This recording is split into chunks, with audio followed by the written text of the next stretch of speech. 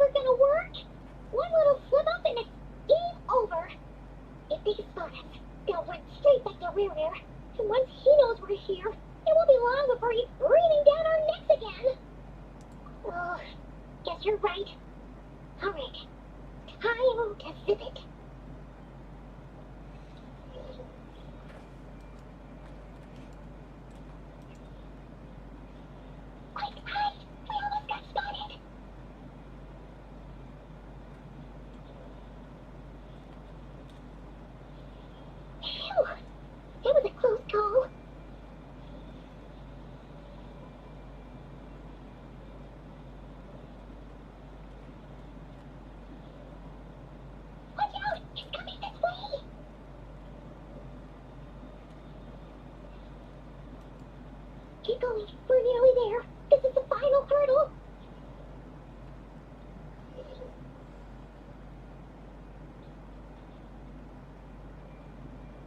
Oh, there's no end to these things.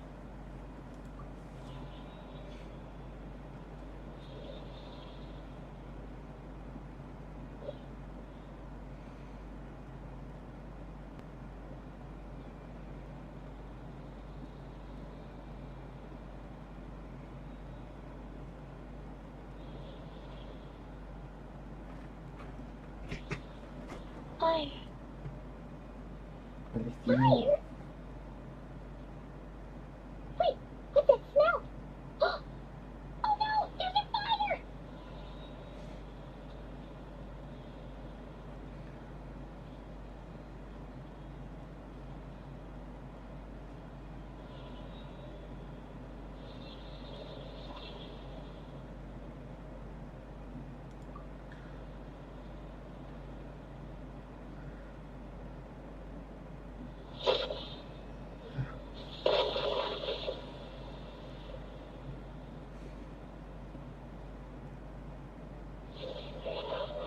Sandrone was right. You look weak, Columbina. The old you would never have let such lowly creatures bar your way. Word has it that you did something for the Tsuritsa, and that's why you've lost most of your power. Freedom comes at a heavy price, doesn't it? It's our Latino! You came! Hello again, Columbina. And greetings, guests of the House of the Hearth. It's been a while, Arlecchino.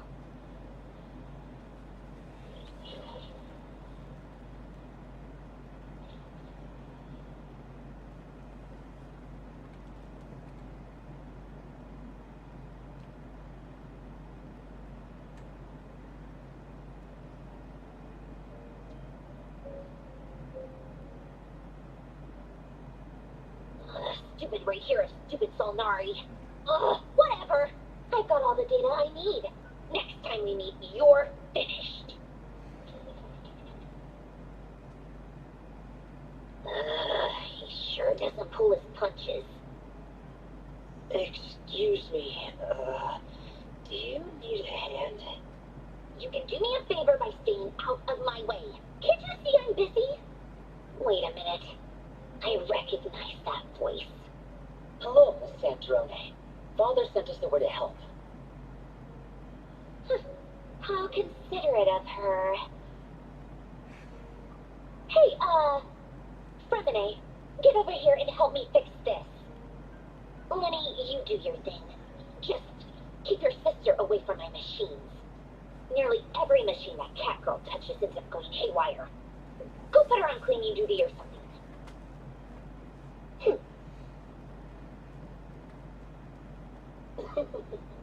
Then let's start downstairs.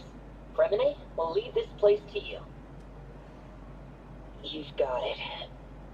Wait a second. Pretty sure there's still some tea in the cupboard. If you want some, you'll have to make it yourselves.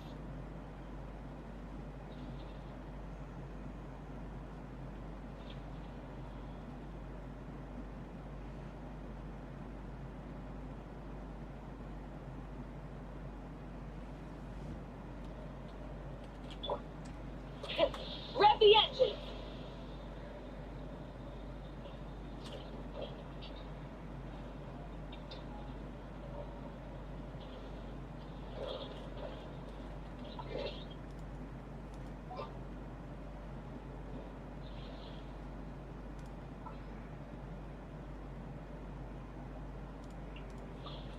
Thank you for permitting. No. Fulfill our task! Bow your head.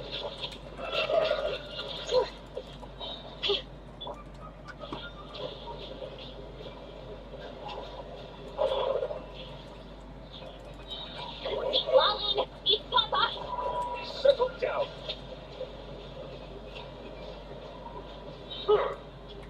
Let the mighty be humbled.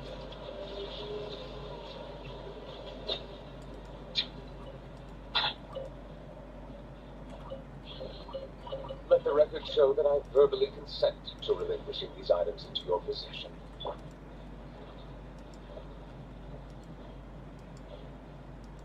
Get to work! Light of the blazing sun!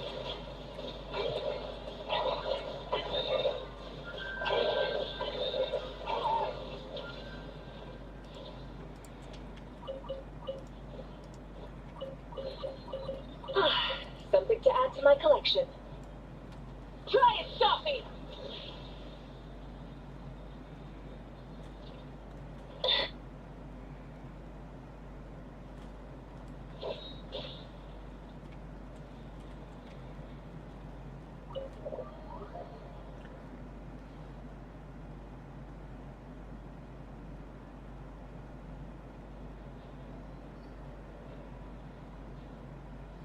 It's a relief to see you all made it back in one piece. Huh? Feels like there's quite a few people missing. Where's Flex and the others? What about Nefer? I returned ahead of them. Flint is helping Ino and Nefa to set up the decoys and buy us some time. As for Miss Nefer... Boss is still wrapping things up on her end. She sent us back to fill you all in on the top secret intel we've been gathering. I see. Then let's get right into it. But first, who do we have here? You brought someone else in to help? Greetings. I was invited here to help as a longtime Tea Party companion of Columbina's. You may call me Arlecchino. Surely it can't be. Those eyes. Oh, where have I seen them before? Wait, of course. In those memories we just saw. The only Arlecchino I know is the fourth of the Fatui Harbingers. Sweeter, you share a pretty uncommon name. Or you're more than just a Tea Party buddy. You're well informed, Grandmaster. A man from Mondstadt living all the way out here in Nodcry, and yet the people and affairs of Snezhnaya seem to hold a special place in your heart. Oh, the feeling's mutual. Sounds like you know all about who I am, too. A Fatui Harbinger. The atmosphere in here just got really tense. Guess we can't just start trusting Fatui Harbingers, even at a time like this. I must admit, though, I'm a little curious. Seeing as the moon goddess no longer belongs to the Fatui, what makes you so willing to put your neck on the line here? Nor does Nodcry belong to Mondstadt, Mr. Varka. Yet still, you're fighting for it all the same. Things don't always have to have a tangible payoff. Sometimes stopping things from spiraling out of control is a higher priority than chasing the spoils of victory. Of course, I can't say there's nothing in it for me at all. But that's between Columbina and myself. Forgive me. I don't mean to doubt you. It's just that the Fatui really have been the source of many of our troubles.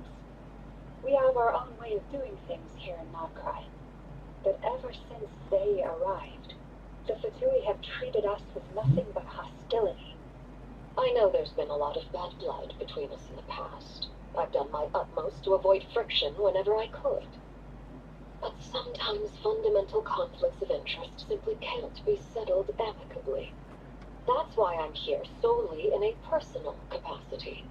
This has nothing to do with the Fatui. As a gesture of good faith, I'll be frank. I can help Columbina track down the iridescent moon's marrow, which will help her restore more of her power. Anyway, what else is on the agenda? Let's begin. She says she'll be frank, then completely skips over the details.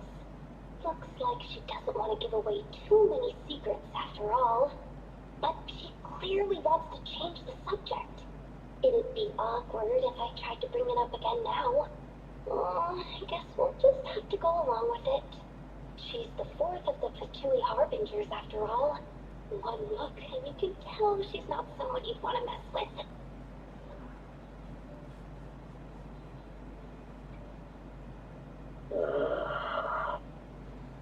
Well, since Miss Arlecchino sounds confident in her ability to handle that, we'll proceed to the next topic. Yehoda, time to share that top secret intel. Alright, listen up everyone. First, we now know that Rerir was originally a Conrian secret agent whose primary mission was to hunt down and assassinate the so-called Dregs of the Crimson Moon. The Dregs of the Crimson Moon? Mm-hmm. In the memories, there was a lot of talk about the Crimson Moon and Eclipse, and a whole bunch of other stuff from the time of Conria. To my knowledge, those were the names of two different Conrian dynasties. Long, long ago, it is said that the people of Conria worshipped the Crimson Moon, drawing a mysterious power from its reflection. But one day, a coup saw the Crimson Moon eclipsed, hence the name of the new dynasty that replaced it, and how it became the new emblem of Conria. Still, long after the Crimson Moon dynasty had fallen, the last ruler of the Eclipse dynasty, the Vinster King, still coveted the secrets it left behind. So, he sent the Raishir of Solnari to secretly hunt down the Crimson Moon's few remaining followers. In those days, Rerir showed no signs of madness. In fact, he was as normal as any other person. Oh, and he had a fiancé, or at least a would-be fiancé, called Felindis. What's the matter?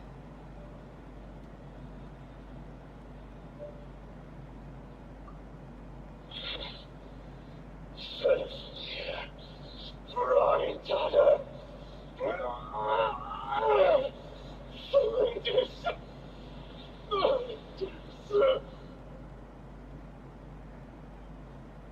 Interesting.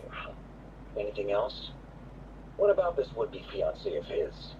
Do we know anything about her? Well, she was a researcher at the Universitas Magistrorum, but it felt like she was hiding some kind of secret. Oh, and one more thing. For some reason, Rerir's fragment also contains some of Felindis' memories, though only a very small portion. Well, no shortage of potential leads, I'll give you that. In any case, it sounds like we can conclude that while Felindis was still around, Rerir appeared to be lucid and quite normal. Felindis, it seems, must have been the one thing in this world that he couldn't let go of. Tell me, though, were these pure-blood Conorians we're talking about here? Why do you need to know that? Hold on. If she was a pure-blood Conrian... Oh yeah, just like how it was with the captain. If we could somehow find her, do you think there's any chance Rerir might regain some of his sanity? It's possible, but it would take a miracle. We can't pin all our hopes on that. That merchant who left from yours, Dory Summer Bay. Maybe we could hire her to look into it. Alright then. Let's keep working in our separate teams. Traveler, Paimon, Kutar, and Miss Arlecchino will go look for the iridescent moon's marrow. As for the others... On the way over here, I noticed that the wild hunt monsters had grown even more frenzied in their search for Kutar. At this rate, the people living here will be in grave danger too. So I'm thinking of gathering together some of our followers to go wipe them out. I'll head back to the curatorium and meet up with the boss. Feels good knowing we've all got something to be getting on with.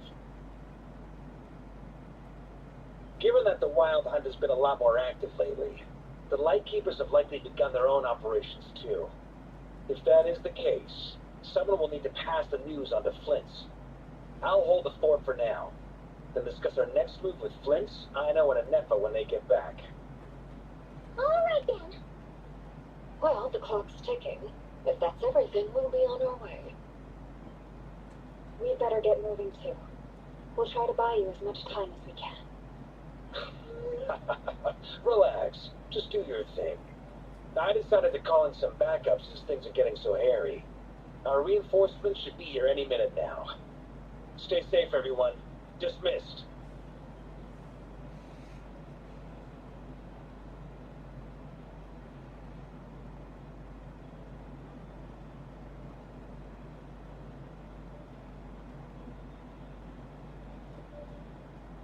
We're back. Did we get here a little early? Or a little late? A tad late. The others have already set off. To summarize, our resident moon goddess has found us a new ally, and Boss Nefer has uncovered some promising info. Everything going smoothly on your end? Not great. I don't know how long we can stall them for. The decoys are getting taken out way faster than we imagined.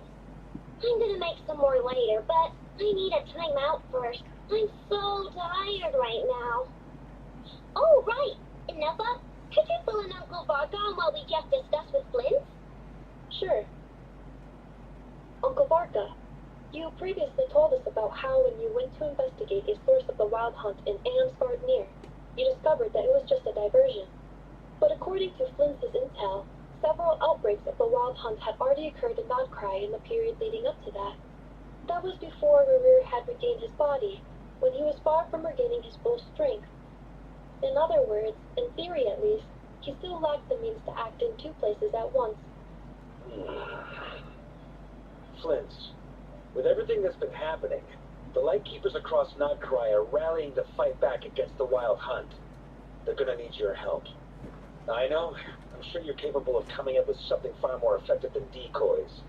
But for now, you should stay here and get some rest. And Efa and I will head back over to Amsgardnir to see if there's anything I missed. I told you Uncle Varka would say that, didn't I? A deal's a deal. Not a word about my snack intake for the next week. Database updated. Reliability of Ino's predictions increased. What does that mean? They were betting on how you'd respond after hearing their intel. It's the obvious choice, isn't it? That's hardly worth betting on. We already decided that Anefa should go investigate the situation over at Amsgardnir on her own. You might as well stay here and keep watch. Someone needs to hang back and oversee our strategy meetings. And besides, you still haven't fully recovered from ambushing Rerir. So I've ended up with the easiest assignment. Well, I appreciate it, everyone. See you when you get back.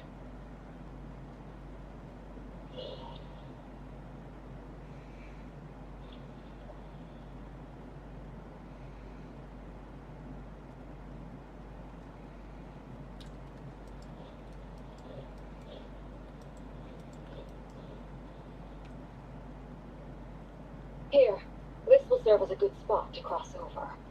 Alekino, hold on a second.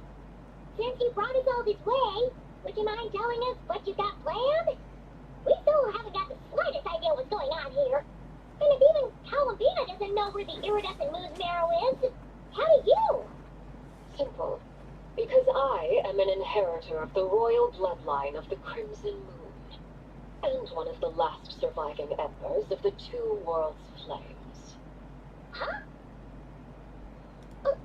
Are you serious? Is it you're a descendant of that Crimson Moon dynasty we were just talking about? The one from ancient Kamria? Your surprise is understandable. I was also taken aback when I first learned of it. But the more I thought about it, the more I realized the signs had been there all along. When I was young, I discovered I could wield a very special kind of fire. It coursed like blood through my veins and smoldered away inside my nerves. What's more, whenever I experienced strong bursts of emotion or drew too deeply on this power, it was like some kind of presence within the fire would begin to gnaw away at me, consuming me from the inside out. Exactly. That is why my hands are like this too. At first I saw it only as a curse, but once I became a harbinger, the jester apprised me of the truth. Together with my own investigations over the past few years, there are several things that I have gradually come to understand. For instance, take the so-called Crimson Moon. In truth, it is nothing more than the shattered remnants of the iridescent moon, fused with the abyss to prolong its lifespan. Since this blood flame was bestowed upon me by the Crimson Moon, it is a fusion of the iridescent moon's former power and the corruption of the abyss. You all understand the nature of the abyss well enough. I draw upon its power, and in return, it hungers for my soul. This strange blackness is the mark of corruption it has left behind. If I recall correctly, you once told me that if the corruption ever made it to your heart, you'd become a completely different person. Yes, and that's the reason I'm always careful not to push my power too far. It's essentially a never-ending tug of war. Oh, sounds intense. Anyway, the rest of my story can wait. Is there anything else about the Crimson Moon or the Iridescent Moon that you are unclear about? Paimon has a question. So, the Crimson Moon that the Karians used to worship was actually the Iridescent Moon, right? Which was one of the three Moon sisters. Does that mean that the Karians were to the Crimson Moon as the Frost Moon Scions are to the Frost Moon? So much of that history has been lost. We have no way of knowing exactly what they were like. But I would suspect that the Conrians weren't as devout in their moon worship as it might appear. The iridescent moon's remains simply served as their link to the abyss.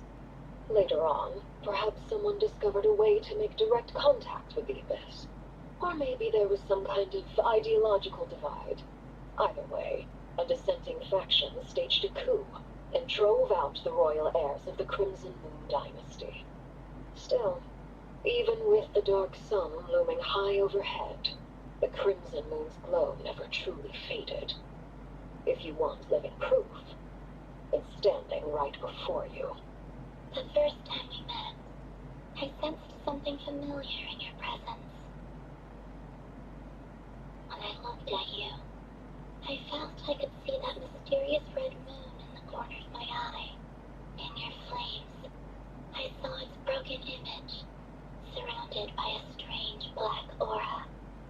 Well, I appreciate that you kept it to yourself. Much about the Crimson Moon is still a mystery, and I prefer not to end up as the object of an insane research project. Anyway, time is against us here, so if there's any other questions, they'll have to wait. I just want to make sure I've got one thing straight. In her letter, Sandrone mentioned that since you are unable to contain the iridescent moon's marrow yourself, you intend to leave it in my custody. Correct? That's right. For now, it's the only way I could pay you back for your help. The iridescent moon is already part of who you are, so with its marrow in your possession, you'll be even more powerful than before. Deal. Then let's get started.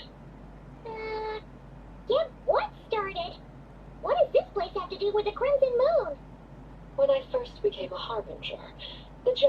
gave me a book called Paranhari, also known as Leobranto Inamorato. You should be able to buy a copy next time you're in Fontaine. It's a love story set in the Crimson Moon era, but setting aside the tangled romances of its characters, it also records a few interesting details. In the Crimson Moon era, or so the story goes, there was an orphanage that received children from beyond the bounds of this world, and subjected them to a peculiar induction ceremony. Beyond the bounds of this world? For real? And what kind of induction ceremony? The Crimson Moon sages looked beyond this world for beings with powers that surpassed the gods, but fearing they might lose control, they subjected these children to a process of refinement. They made these children crawl up a fireplace and kept asking them, "Have you died? Did you see it?" Until they finally admitted to having died and seen a crimson moon. The adults embraced the children who passed the ritual, telling them, "Within the fireplace you have traversed the flames between two worlds. Here and now you are born anew." The book leaves much unsaid, but I suspect that this was their way of branding the children they had enrolled, leaving an indelible mark upon them so that they would forever live in the Crimson Moon's light.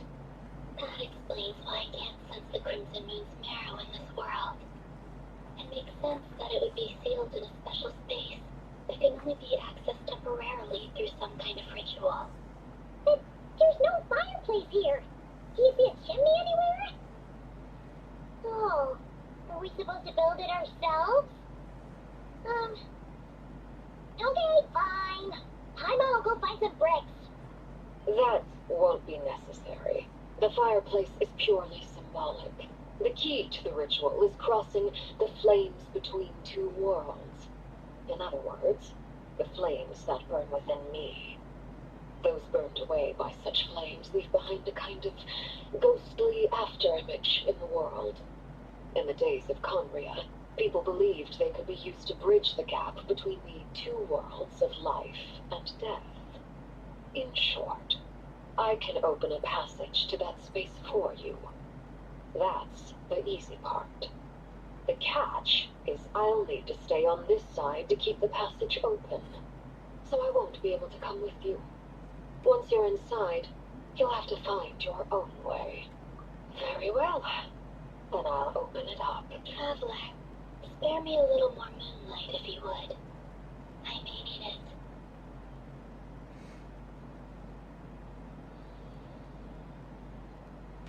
Thank you. I feel like I've recovered some of my strength now. It should be enough to move us across short distances and confront whatever dangers might await.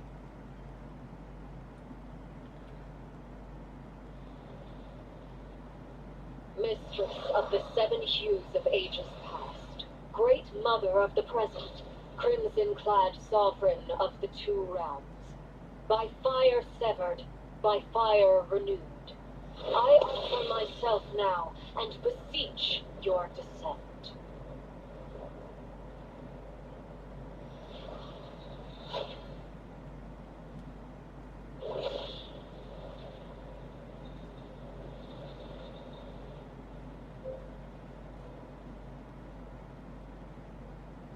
Whoa! One word of advice as you're crossing over. No matter what voices you hear, do not answer. Right. I sense a sinister gloom inside, but also the familiar light of the moon. I feel that I am about to meet an old friend who has changed beyond all recognition. All right, let's go.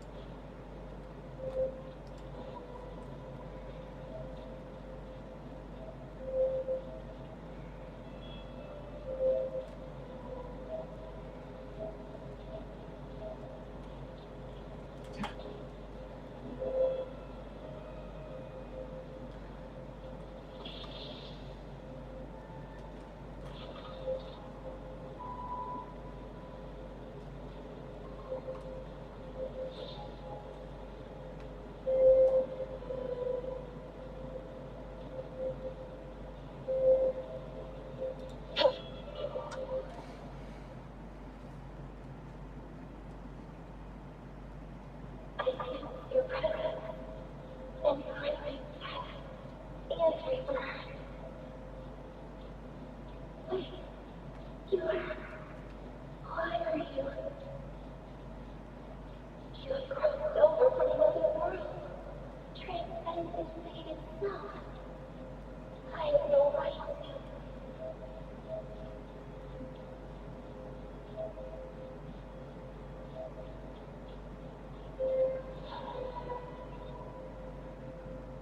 Hey, look up at the sky!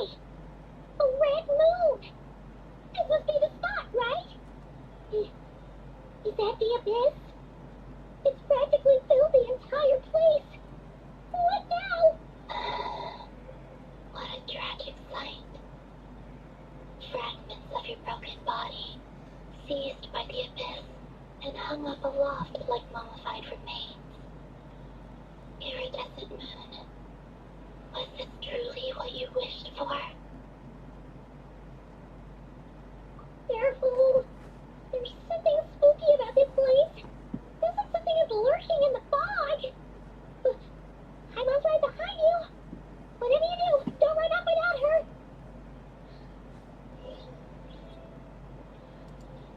By the way, Columbina, didn't you tell us that the iridescent moon had shattered into pieces? The moon up there looks pretty whole to Paimon. How is that possible?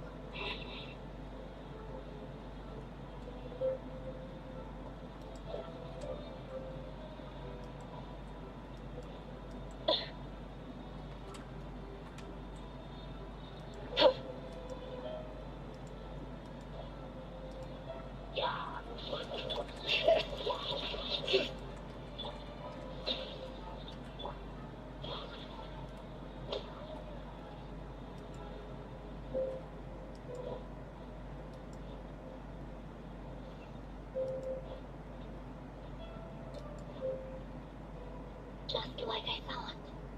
It was only a facade.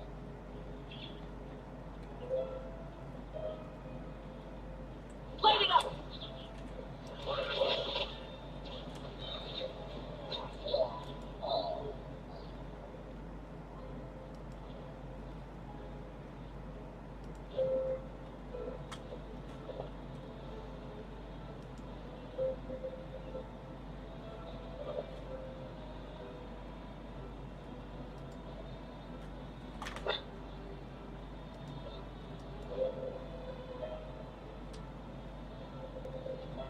Found your head.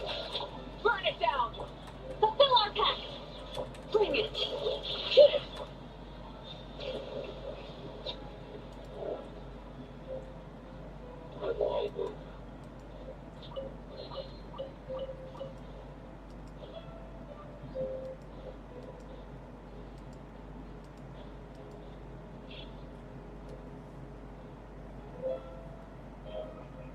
Huh?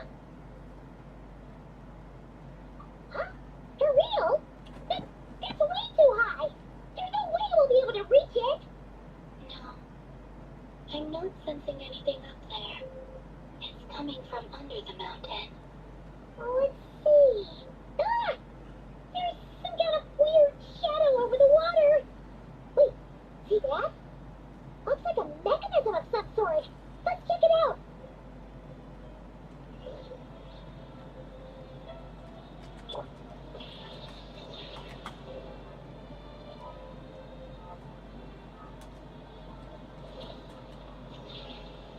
Ooh, looks like a device from the time of Kalia. Maybe people once came here to study the Crimson Moon's domain, and they left this behind. Oh, if we can activate it, we might find some clues.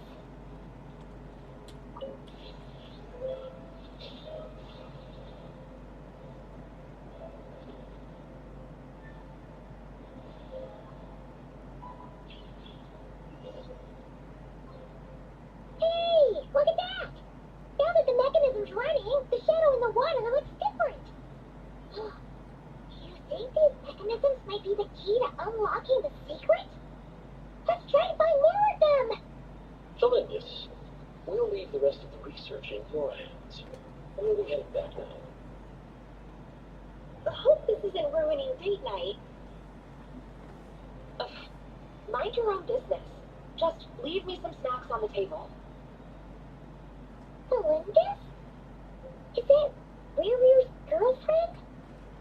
How come we're hearing her voice here? Oh yeah. So, do you think she was studying this strange space all along? The Abyss has made this space extremely unstable. Maybe that's why some of the things she said and did were preserved here. Like echoes. Or after images. Whenever I see this view, it takes me back to a poem from my childhood. Waning moon, oh lifeless damsel, weeping on the mountain crest. Mourning still in wistful tone, her fragile soul now laid to rest. For me, of all people, to be here investigating the mysteries of the Crimson Moon space.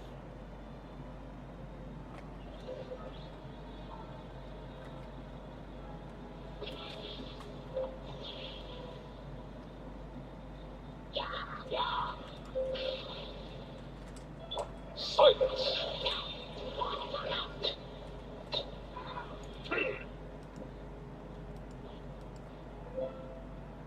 Oh, looks like the Abyss has messed up this mechanism. We need to find a way to get it working again. Let's see if there are any other devices nearby. Rise to the sun! Fulfill our pact!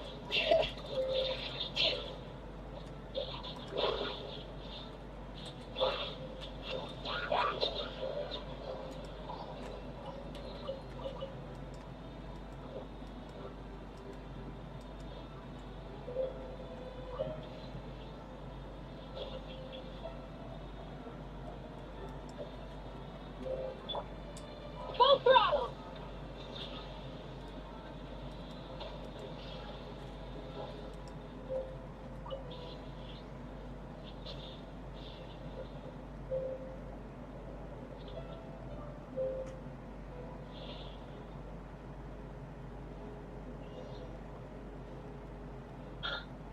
I see. So the moon marrow, or rather the power of the three moons, is the key to unlocking. If it really does exist, then maybe this madness can finally be put to an end.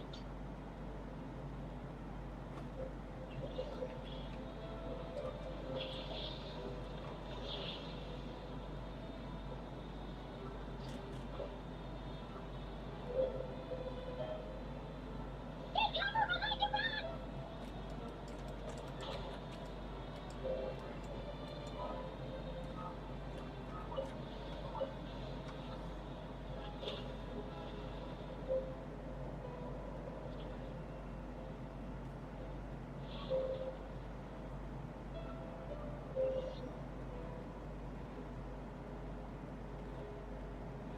With the Abyss inhibitors in place, I should be able to access the chamber with the moon marrow. Oh, Revier, with every step you take, you're drifting further from what you truly desire. But you're not the root of the problem. Ever since that outsider set foot in Conria, the Vinster King has sunken deeper into madness. If only I could get my hands on that outsider.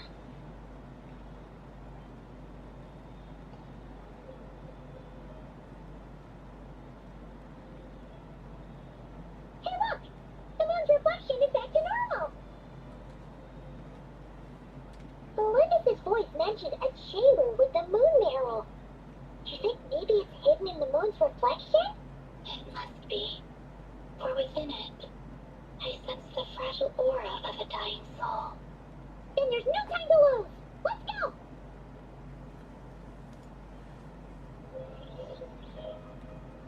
Try and stop me!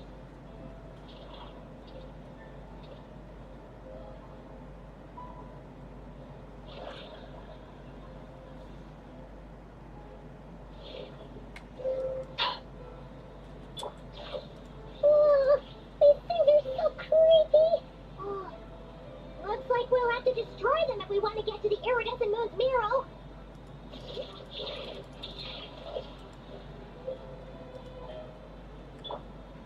Full throttle! That must be the iridescent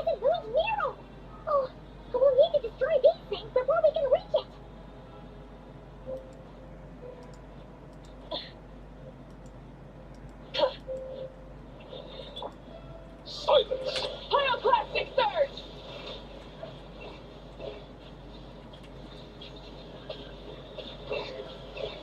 Ah!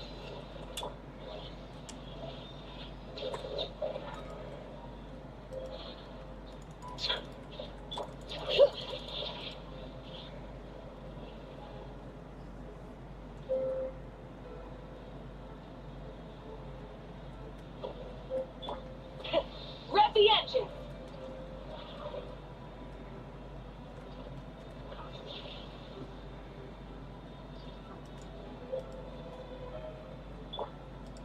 Bring it! Get to work!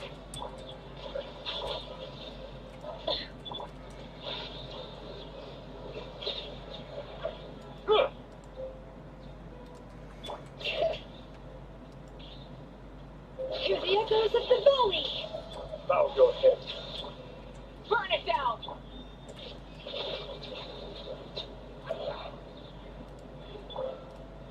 Show no mercy!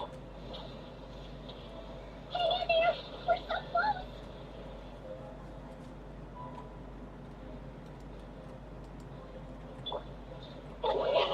Suffer the wrath of Easley! Wrath from the sky!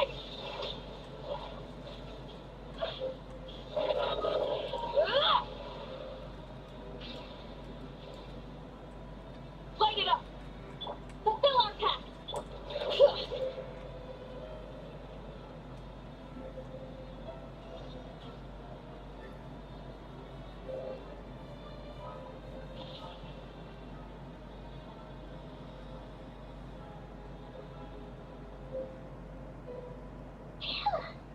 I finally did it!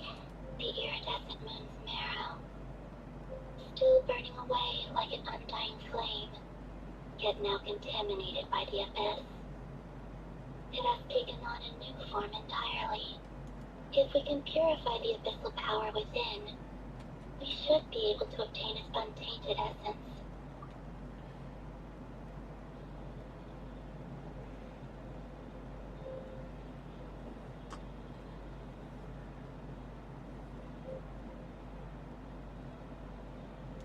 It's so cold.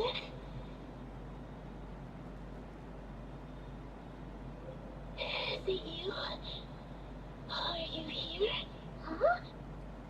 Are you talking to us? At long last, I can see you once more. Our fates have crossed, and I am finally free.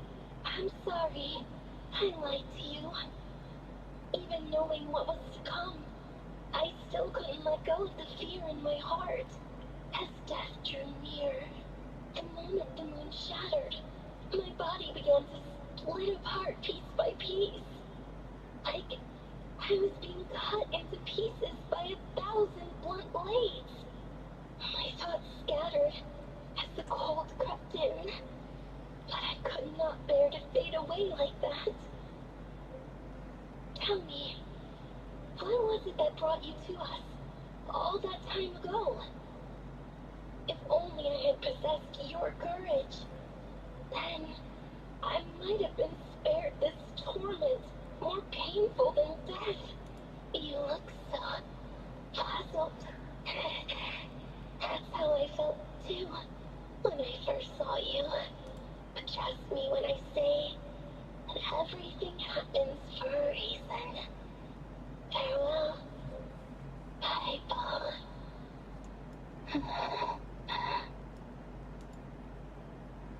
What was that all about?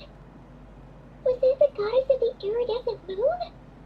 Oh, it sounded like she was speaking to a long-lost friend. But none of us have ever met her before, right?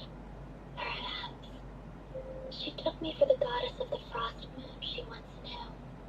For a fading soul like hers, our auras must be too similar to tell apart. But anyway, we got the iridescent moon's marrow now. That should help you regain your strength, right? Alright, time to leave this place and meet back up with our volcano. Let's go!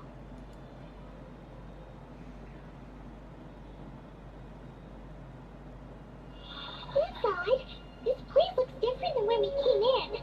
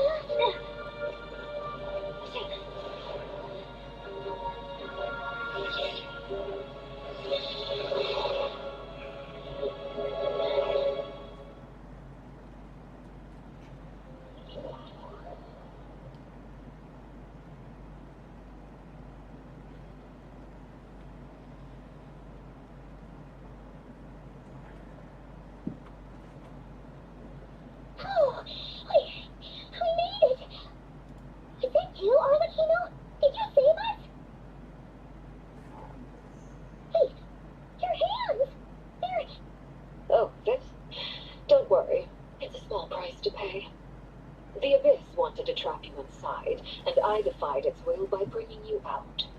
No wonder it's a little angry. No, I have paid the price, albeit a small one, and it cannot be undone. My hands have already fused with the abyss. Purification would simply destroy whatever's left of them. But surely...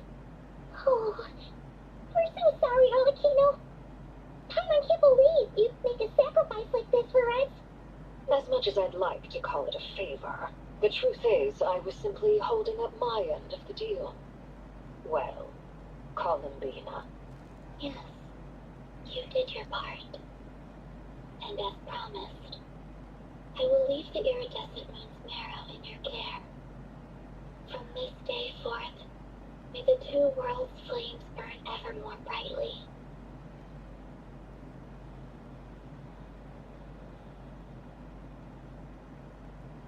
I'll take that as a blessing. Now, Columbina, give me your hand. Accept this moonlight I offer in return.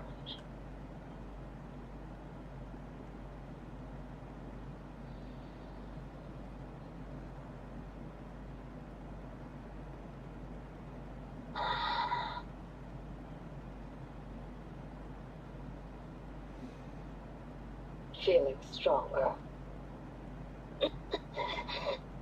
Oh, hey, Columbina, are you okay? I'm fine. Our powers are a little at odds, that's all. By the Frost Moon's authority alone, wielding the power of the other moons was always going to be a stretch. Still, I think it's fair to say that your strength has returned, at least to the level it was at as Third Harbinger. It's still not enough. There's no way I can hope to challenge Revere like this.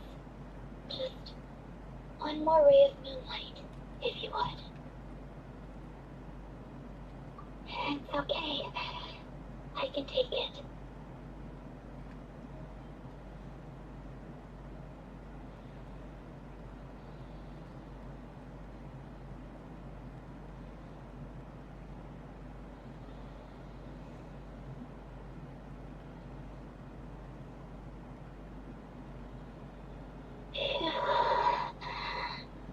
How about now?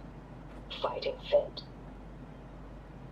At the very least, I won't have to stay hidden like before. I want to see him gone from Notcry. The Rakier of Solnari and his wild hunt must be sent back where they belong. Well, it's good to have something to aim for. You certainly seem more alive now than you did earlier. When I first met you, you didn't strike me as a ray of moonlight. More like a wisp of fog drifting in from who knows where, ready to scatter at the first sign of a breeze. But now, you're full of vitality, just like the Frost Moon, once the brightest of them all. May you keep shining, Columbina. This is who you are. Thank you. Look after yourself too, Arlecchino. I know you have plans of your own, and that's why you're always seeking to grow stronger. But whatever you're after, don't let the abyss take a hold of you. I do not wish to see you go down the same path as Revere. I appreciate the concern, Columbina. Although perhaps it's time you took a new name. A new name? Kutar, the Moon Maiden, Columbina, they're nothing more than code names. They describe who she is and the roles she's played, but they're not her real name. We often use code names in the House of the Hearth, too. But it's knowing your real name that keeps you grounded. Up till now, you've been living a wandering life, so you've probably never really cared. All I'll say is this. Once you've defeated Revere, give it some thought. All right, that's it from me. I'll get you back safely first, then go meet up with Zandrone. You're the best! I appreciate the gesture. It speaks to your good character. Anyway, let's get going. There are more urgent things to do right now than trade compliments.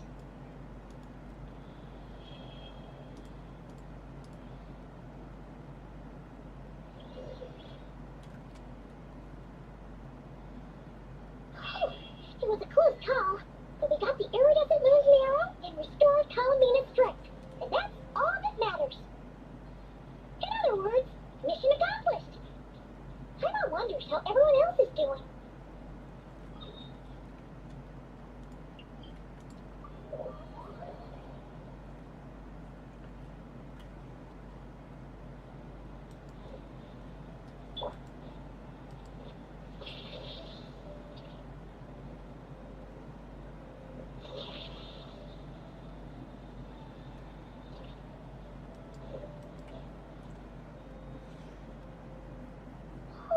Do you think the others are making good progress? Hope it's all going smoothly. Oh, hey look! They made it back as well! Blitz! Lama! How did it all go? All is well, thank you. Nefer and Yehuda had to stay at the curatorium to wrap things up, so they won't be joining us for now. I ran into Miss Anefa and Miss Aino on the way back. Their work is still in progress, so I suspect they won't be back for a while either. You seem rather cheerful today, Mr. Flint. I certainly am. I achieved what I set out to do and came away with more than I bargained for. Fighting alone can get quite tedious, but I had the good fortune to run into a pair of brave young warriors. We meet again. How have you been? Albino! What are you doing here? Thankfully, tracking you down turned out to be a lot simpler than we envisaged. These two courageously lent me a hand while I was fighting the wild hunt. When they told me they were Sir Barker's colleagues, it all made sense. And given how people of outstanding talent tend to cross paths, it's no wonder you're already acquainted. So, who's your travel buddy, Albedo? Why don't you come and introduce yourself?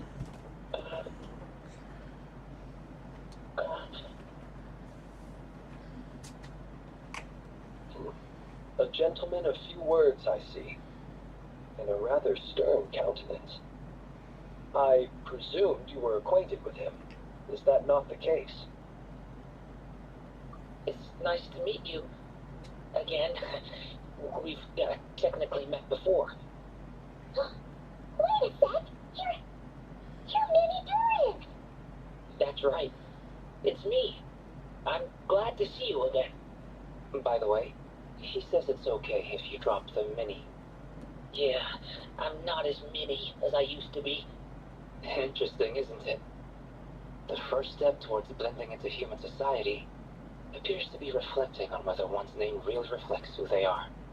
Wow! You look so different! In a good way, of course. It's great to see you looking so healthy. Thank you, Paimon. And although you're as mini as ever, I understand that diminutives don't always convey endearment. I'll be sure to simply call you Paimon as a sign of my great respect for you. Wow! You're such a smooth talker now. I'm going to get used to this. From now on, you may refer to her as your esteemed guide, Paimon. Personally, I think our little Paimon is the perfect size. When people call her Little Paimon, it's just because she's so adorable that they can't help themselves.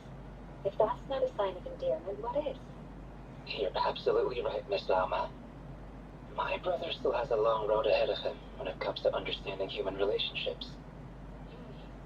Anyway, speaking of long journeys, didn't Columbina, leave with you? How come she isn't back yet? She's been catching up with old friends. Wouldn't be surprised if she stopped for a cup of tea or a 10 on the way back. Uh-oh. People are talking about me. Hope it's nothing negative. Judging from your expressions, I'm guessing it all went well? It's getting crowded here. I'll go grab some chairs. No need. This is a job for an alchemist. I'll whip some up momentarily. Thank you for your hospitality, ladies and gentlemen, but I was merely escorting my friends back. I'll be meeting Zendrone shortly, as we still have some things to discuss. It's been a pleasure, everyone. But this is where I'll say goodbye. We really appreciate your help. Oh, come on. Spare the formalities. I'm just glad I could help out some true friends. I understand. Well, bye for now, Harley. Oh, this place is hopping. It's probably a good thing one of us left. Otherwise, we might not fit all these people in. Are you saying we're about to run out of chairs? As a matter of fact, I am. Come on in and see for yourself.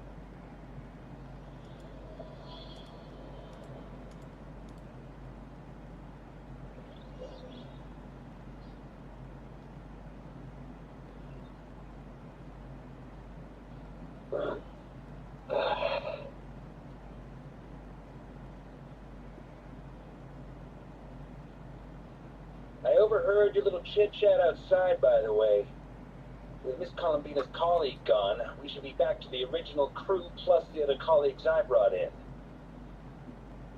Though, it looks like we have another new face. Someone else managed to rope in a colleague, too? Frankly, you and Paimon are the only people I know here. This here is Genshin, colleague of Tenat's greatest guide, Paimon, and greatest adventurer, the Traveler. Well, not exactly colleagues, or sort of friends. When someone else jumps in to do the announcing, you know you're speaking to someone important. Let's hear what he has to say. Note to self. Once Paimon knows your name, the rest of the world will soon follow. When he comes looking for us, it's usually something important. Paimon's guessing you've heard about the Wild Hunt then. From the looks of it, you're about to hold a meeting. If I were to say that the Wild Hunt is our mutual enemy, would that earn me a seat at the table? As the saying goes, the enemy of my enemy is my friend. Mr. Dainsleif, there's a seat with your name on it. Though, I can't promise the same for everyone else. Hey, Albedo, think you can rustle up a couple more chairs? After all this time apart, Grandmaster Vargas' first order is to rustle up a couple more chairs. I've missed this. Is he being sarcastic? Hey, it's your brother. Why are you asking us? I've still got a lot to learn about the nuances of human conversation. Trying to decipher Albedo's way of speaking has been like jumping in at the deep end. Oh, good point. Paimon gets you now. Don't sweat it. There are people who go their whole lives without getting the hang of it. You're ahead of the game already. I wonder what's taking Nefer so long. Perhaps you should go and check in with her. If anyone can hurry her along, it's you. I just got back from the curatorium. Besides, aren't you curious to see what's taking her so long? Miss Nefer doesn't strike me as the type to share secrets. And since gathering intel is her specialty, I'm guessing she'd prefer to keep her methods confidential. Under such circumstances, would it not be tactless for me to impose? Oh, but it's fine for me to impose. What can I say? You have an unrivaled ability to garner people's affection, Miss Moonchanter. Besides, you have far more in common with her than I do. All right, then. Impressive. She barely fought back at all. I admire your powers of persuasion, my friend. As I'm sure Miss Lauma will realize soon enough, the trick in life is to always pitch in with other people's responsibilities so that you can be selective with your own. Another trick is to simply hide in the background. Spoken like a true sage. Anyway, looks like we've got some time to kill before the meeting. Let's take a little breather, folks. And feel free to chat amongst yourselves. We'll get down to business once the other two arrive.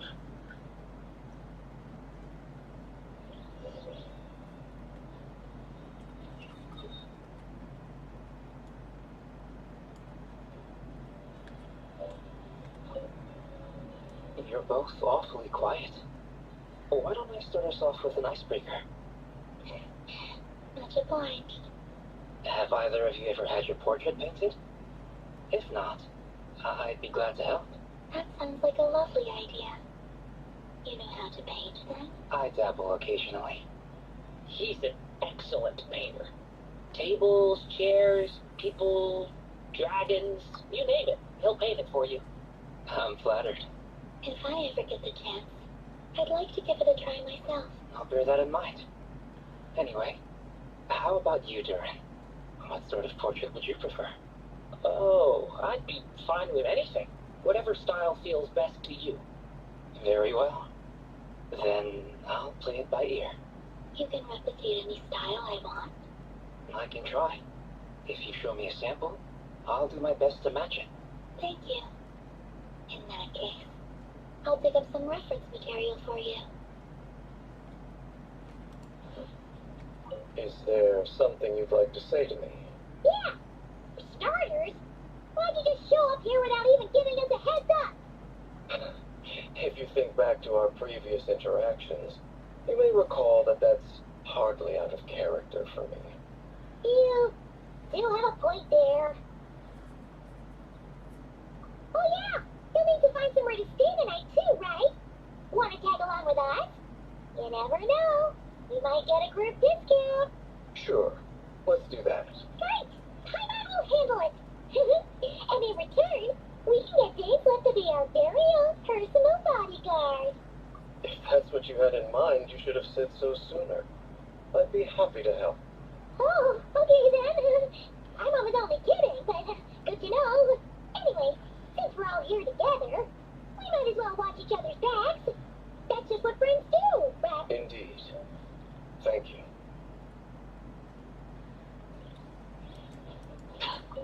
Truth be told, I can't remember the last time I was in a meeting with so many people. You're not alone there, my friend. The Lightkeepers also struggle to bring everyone together for a serious discussion.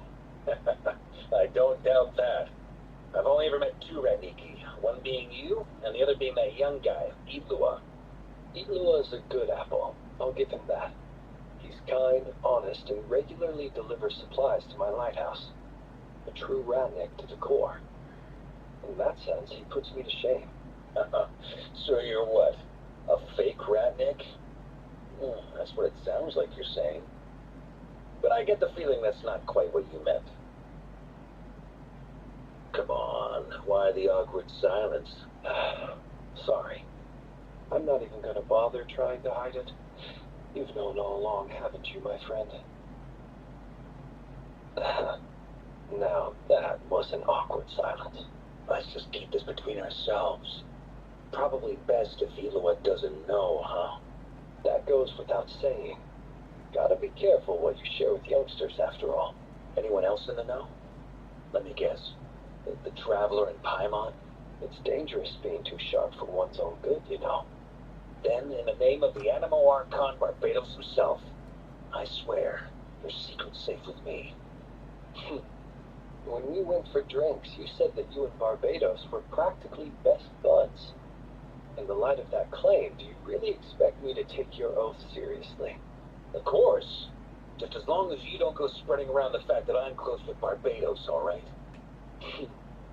Fair enough, then. Nothing like a bit of mutual leverage to seal the bonds of friendship.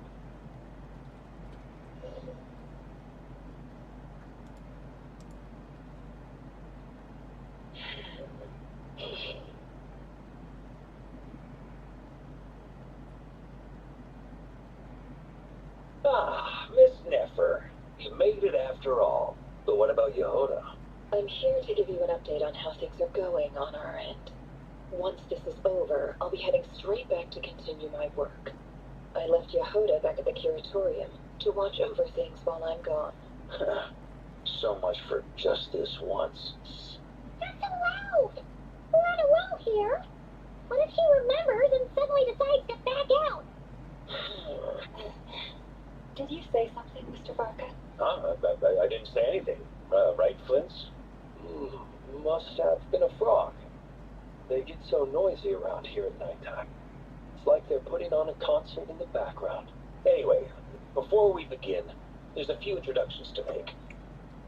Let me start by saying that it's an honor to be speaking before so many distinguished colleagues and collaborators. But first up, we have Miss Lauma. As Moon Chanter, she's the leader of the Frost Moon Scions, a local religious community in Nodcry. Then there's Miss Nefer, boss of the Curatorium of Secrets, an intel gatherer extraordinaire. Nefer is leading the investigation into Rerer's background, assisted by Yehoda and Lauma. From the little I've heard, they're making some great progress. Over here, we have Mr. Flitz, a ratnik and guardian of the abandoned lighthouse. In our last operation, he courageously distracted the wild hunt to buy time for the rest of us. For those of you who've never met, this is Mr. Albedo, a renowned alchemist and captain of the Nysa Favoni's investigation team. By his side is a new face for us all, myself included, Mr. Durin, who's come to lend his aid. Next up, we have the Moon Maiden and former Fatui Harbinger, Miss Columbina.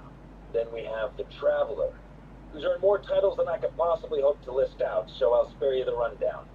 And Paimon, the ultimate travel companion and quite possibly the best guide in all of Tibet. Whoa! That's a lot of people! Great turnout! Miss Nefer, it looks like you might have another job coming your way, so, congratulations on the booming business, I guess. You think I haven't got enough on my hands as it is? Who's looking for me now? That would be me, Miss Nefer. I have a commission for you. And you are? Who I am doesn't matter right now. What does matter is that I'd like you to gather more intelligence about the Reikir of Solnari. Well, it's not as if we never take on anonymous commissions. But in your case, I'll have to decline. I'm gonna take a wild guess and say your job's probably more hassle than it's worth. Something about you seems like bad news. It's my eyes, isn't it? Conrian, I assume. And what's with the mask? Are you trying to hide your identity? In any case, the fact that you're even still alive raises an awful lot of questions for me. My name is Dainsleif. And yes, I am from Conria. As I'm sure you're aware, the Reikir of Solnari's real name is Rerir. He was once an acquaintance of mine. Really? Then you must have been quite an influential figure yourself. You flatter me, but none of that matters anymore. My point was simply to clarify why I have asked Miss Nefer to investigate Rerir's background. So you're both from Conria, and it sounds like you used to be friends. What am I missing here? Surely you already know how he became one of the Five Sinners. I'll tell you everything I know. The history of Conria, the names and identities of the Five Sinners. I remember it all like it was yesterday. I have never spoken openly of this before. But the truth was exactly as people say. The Five Sinners were each driven by their own desires, and it was by playing upon these that the Abyss tempted them to their fall, tearing Conria apart in the process. The visionary, Vedafinir, who wished to foretell the future. The wise, Haroptatir, who sought limitless knowledge. Gold, Rhindaughter, who desired to create life. The foul, Sertologi, who pursued supreme strength. And last, but not least, Reikir of Solnari, Rerir, Ravager of the Moon. Of the five, Rerir is the only one who remains a mystery to me. He never harbored grand ambitions, so what changed in the space of a single night? How did he come to fall like the others? In other words, you're saying that his change came as a shock to you, and you have no idea what actually happened? That's right. You mentioned how the Abyss tempted them, which led to their fall. But what did that look like in practice? And what other context can you give me about the events of that time? The more detail you can give me, the better. Strangely, now that it comes to it, I hardly know where to begin. The fateful night took place during the era of the Eclipse Dynasty. One day, my elder brother, the visionary, Vedafinir, was summoned to the palace by the Vinster King, only for the king to gouge out his eyes and cast him into the dungeons. When I came to hear of this, my fury knew no bounds.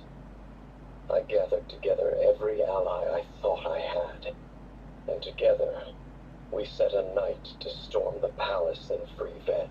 Centuries on, the memories of that night still haunt me like a never-ending nightmare.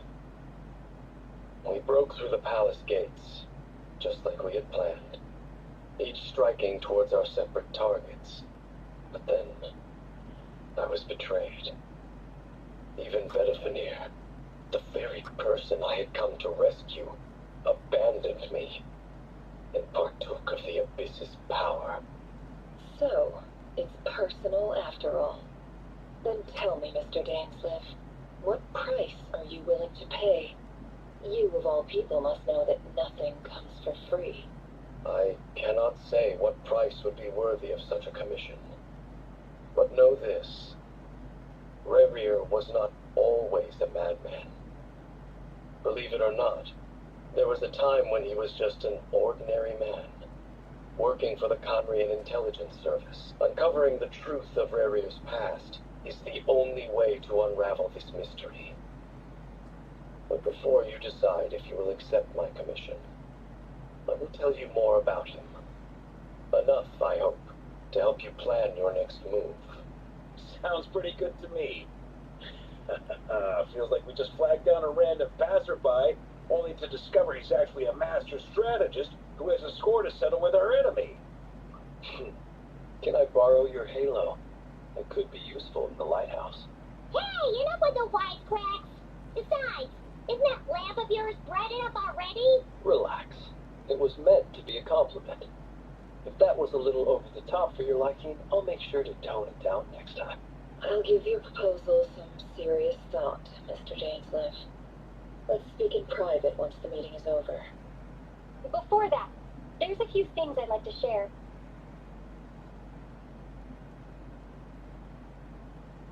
Now that we've united the hearts of the three moons, your power should be greatly enhanced.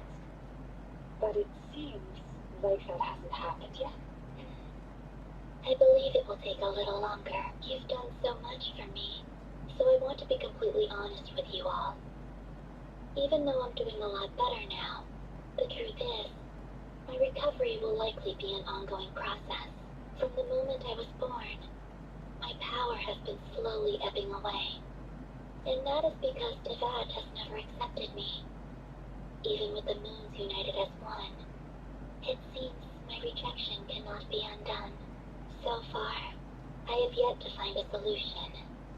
It may turn out to be a problem that will plague me until the day I finally leave this place behind. Even so, I will do everything in my power to help you drive out the Rayhir of Solnari. As Alikina put it, this is not about chasing the spoils of victory. It's just a gesture of heartfelt gratitude. Kuthar. Defeating the Rayhir of Solnari will be no easy task. While my strength slowly recovers, we'll also need to gather more intel. Naturally. We should take all the help we can get if we hope to defeat him. We've considered several viable plans now, but our choice hinges on the answers to a few key questions. Is it even possible to kill Rerir? What experiences shaped the person or monster he became? And what's he really after? Given Albedo's expertise in alchemy, I think we should leave him to try and answer the first of these questions. Understood. As for the other two, I'm afraid we'll have to count on you again, Miss Nefer. Believe me when I say it's not my wish to burden you. But right now, relying on your skills is our only option. So you're placing all your hopes on me, huh? We can't thank you enough for agreeing to help us. Honestly, I can hardly believe how lucky we are. You sure have a talent for changing your tune, Miss Moonjanter. Timid like Yehoda one moment, then flinches insincere flattery the next. Ladies, please. I must object to your portrayal of me. That's all. Feel free to keep bickering. Just pretend I'm not here. I almost don't want to leave this room. I'm curious to see how this plays out. I have faith in you, Miss Nefer. Something tells me you'll stand by us till the very end. Oh? And what makes you so sure of that? What if I suddenly decide that my compensation is insufficient? This isn't about the money. I can sense that you've got a deep-seated distaste for Rerir. And knowing you, that alone is motive enough. Look at them getting along so well. Like two peas in a pod. And I'm the one they accuse of insincere flattery. There is no justice. Miss Loma, you have to understand something. Unlike you, I don't actually enjoy having everyone's hopes on my shoulders. Is that right? Well, maybe the fact that I'm willing to put my hopes in other people says more about me than you.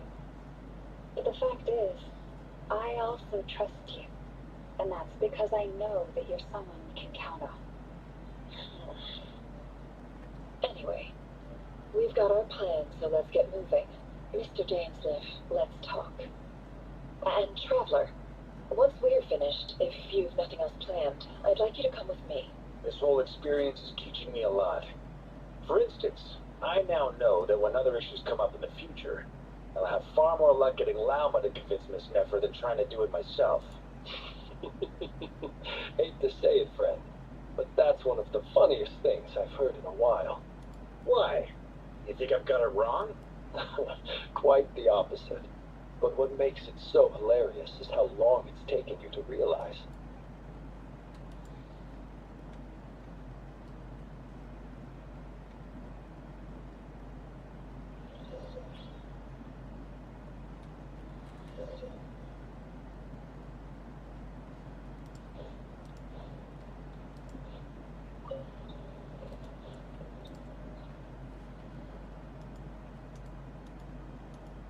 Thank you for waiting. It's okay. We actually used the time to help Dainsleif get a room at the hotel. That's very considerate of you. Now, I trust you share my curiosity about Rerir's past. We spoke at some length after the meeting.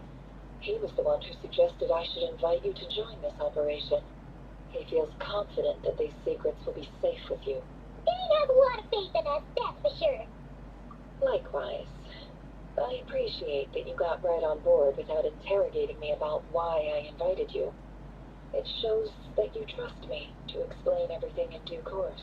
That's because we know what you're capable of. We appreciate you too, Nefer. You might have been forced to help in the beginning, but this time it was your choice. That's one way to put it. Another is this, that once a decision's been made, it's set in stone. After that, my only goal is to see it through. Alright, so here's how it is.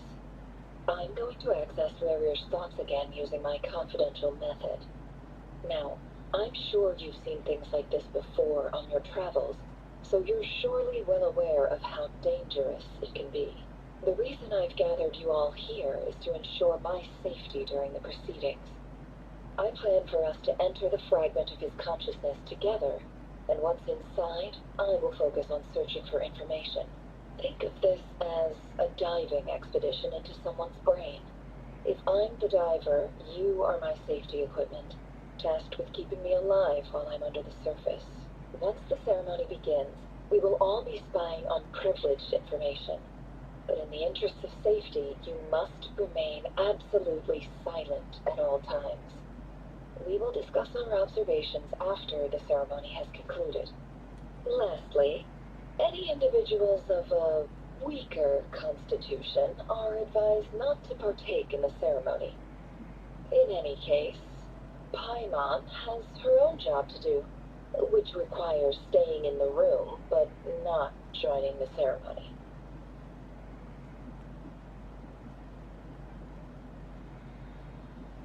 Well, good luck, everyone.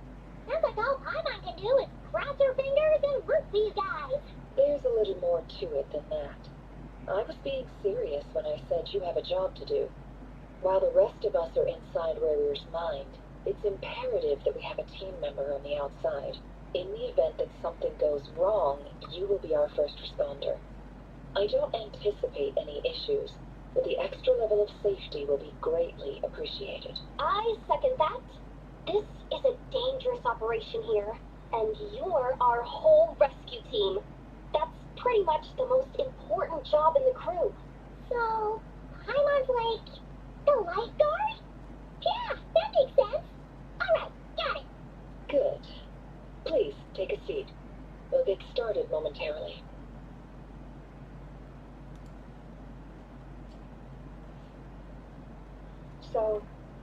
Did Mr. Dainsleif tell you anything else?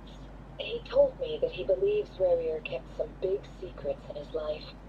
He's not sure that they were the cause of his eventual downfall, but he's asked me to uncover what those secrets were all the same. But surely you're not planning to go through with this, no matter the cost. If you think that, you'd be overestimating me. I'm a businesswoman, not a mercenary. But I do have my own professional reasons for taking this job.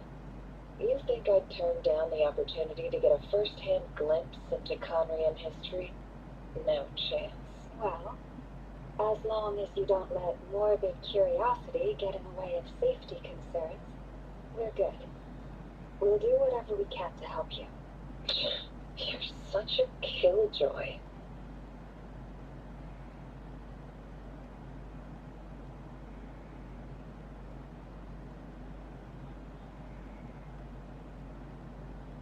All right. All set over here, too. Promise Paimon you'll be extra careful. All right. Let your whole body relax. We're about to begin. Close your eyes.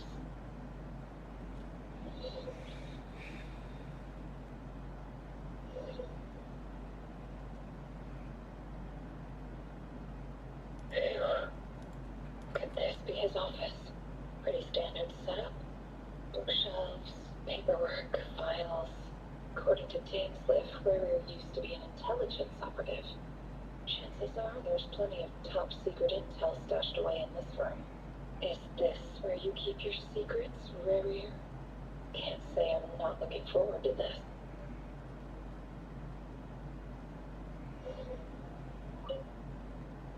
A file tucked inside a folder. The title reads, Dear Breakfast Shop Owner. It's a list of names, but at this stage I have no idea who any of them even are.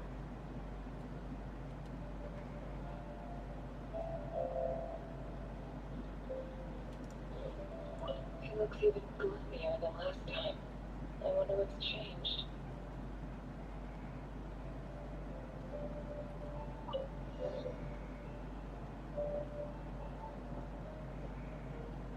Today's files are in. Time to wade through them just like usual. Male, 51. Occupation, cook. Confirmed Crimson Moon descendant. Has maintained frequent contact with other descendants over the past year. Poses a threat to the dynasty. Neutralized.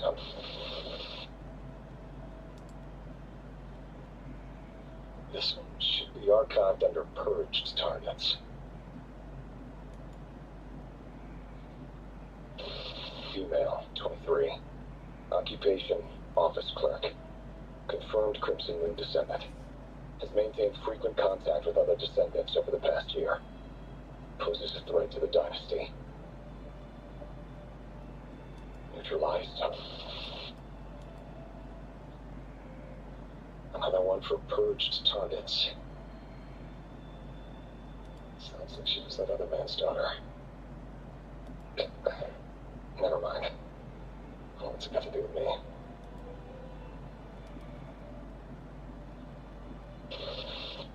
Male, 40. Occupation, teacher. Confirmed Crimson Moon descendant. Has been observed making contact with other descendants during the past year. Poses a threat to the dynasty. Neutralized.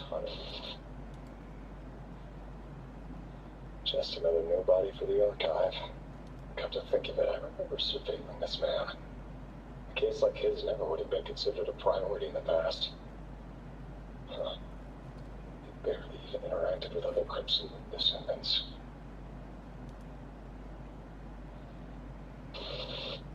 Female, 16. Occupation, none. Orphan and confirmed Crimson Moon descendant. Has been observed making contact with other descendants during the past year. Poses a threat to the dynasty. Neutralized. Filed. I have no recollection of this girl. None whatsoever. She doesn't seem to be anyone important, but then again, how many of them really are?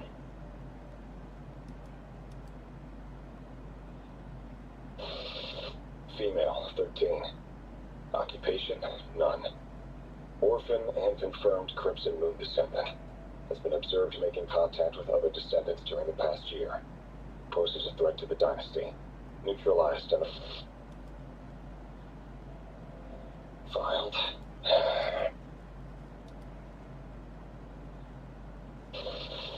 Male, 11. Occupation, none. Orphan and confirmed Crimson Moon descendant. Has not been observed making any contact with other descendants during the past year. Poses a threat to the dynasty. Neutralized and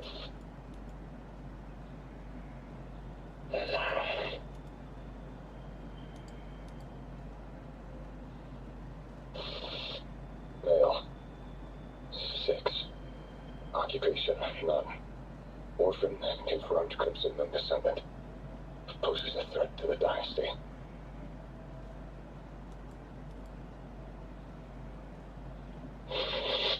It's funny, isn't it? Your job is becoming both hard and easy at the same time, depending on how you look at it. Sooner or later, the Crimson Moon descendants will be completely wiped out. But as the numbers dwindle, they become harder and harder to track down. That's not how it is. Fortunately, however, most of the able-bodied adults have already been taken care of. The remaining weaklings will be increasingly easy to deal with. No! No. My job is to ensure the survival of the Eclipse Dynasty. And the only way to do that is by eliminating any and all potential threats. It's a perfectly legit. Every single one of my colleagues can attest to my fairness. If my friends were aware of the facts, I know they'd back me up too. Assuming, of course, that they were aware of all the facts.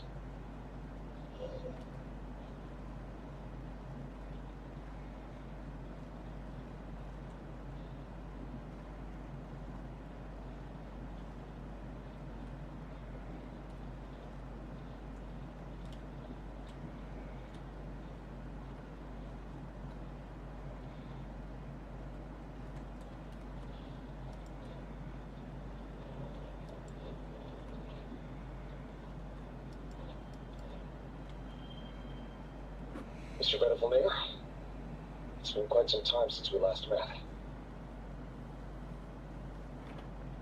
Revere, I trust you're here because you have something important to discuss.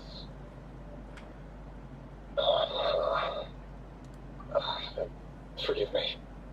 I wasn't tuning out, it's just, I noticed you didn't even phrase that as a question. As if you knew I was coming. Tell me, does someone in your position ever feel the need to ask questions at all? It is indeed within my power to foresee certain things. Things like your arrival. I was just thinking, it won't be long before I'll be inviting both you and Dan to my wedding. That isn't a lie, but nor is it a fact as such. It's a wish, isn't it? No fooling a prophet, is there? Ever since that day we met for drinks, I knew it was only a matter of time before you came looking for me. Does it feel good? Knowing how the future will unfold. I'm afraid the notions of good and bad fail to capture the complexity of what such a power entails. Once you've seen what will come to pass, it can be all too easy to succumb to fear and melancholy. Unless, of course, you learn to abandon these feelings. You fear my silence, and long to hear the words I left unspoken that day. That's right. You must have noticed my reluctance to broach the subject, and the reason is simple. Because the truth could never have lived up to your hopes. For both our sakes, such words are better left unsaid. The burden of prophecy was never meant for your shoulders. So who exactly do you deem worthy to hear your prophecies? None but our exalted king? Or rather, our king as he once was. You're closer to his majesty than I am. You must know better than anyone how much he's changed. You say that as though it is to my benefit. Yet precisely because of that, I dare not speak rashly. A king can turn out to be the most virtuous of rulers, or a tyrant more terrible than the most vicious of dragons. You are so wise and far-sighted, yet still you would have me live in fear of the unknown? You make a fair point. Especially given my silence alone was all it took to send you spiraling downwards. Very well then. Let me offer you some advice. And I say this not as a prophet or a visionary, but simply as the brother of your friend. For many reasons, there is very little chance of your marriage ending in happiness. If happiness is what you seek, you should find another fiancé.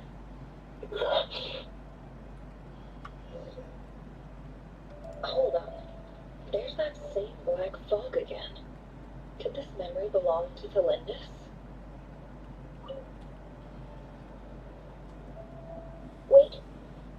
Hear me out. This time we finally got a clear look at his face and learned his true identity. His name is Rayrir, and he claims to be one of the king's guards. What did you say? A cruel irony, isn't it? The man you're set to marry leads a double life as a brutal executioner. Why are you telling me all of this now? Simple. It's because I want you to kill him. You are the only person he would never suspect. No, absolutely not. I would never dream of doing such a despicable thing. So you'll just stand by and watch him slaughter us to the last.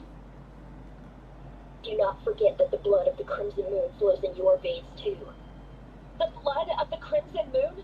What does that matter now? The dynasty has long been dead and gone. You think that alone is reason enough for me to throw away everything I have? Why wouldn't it be? You too were once a child of the Crimson Moon, just like me. Don't tell me you've never felt so much as a flicker of fury for the way we were trampled into the dust. As long as you promise to abandon this pipe dream of restoring your dynasty, I can try to persuade him. Or have him persuade the Vinster King. Persuade the Vinster King? Do you even know why he's so obsessed with hunting us down?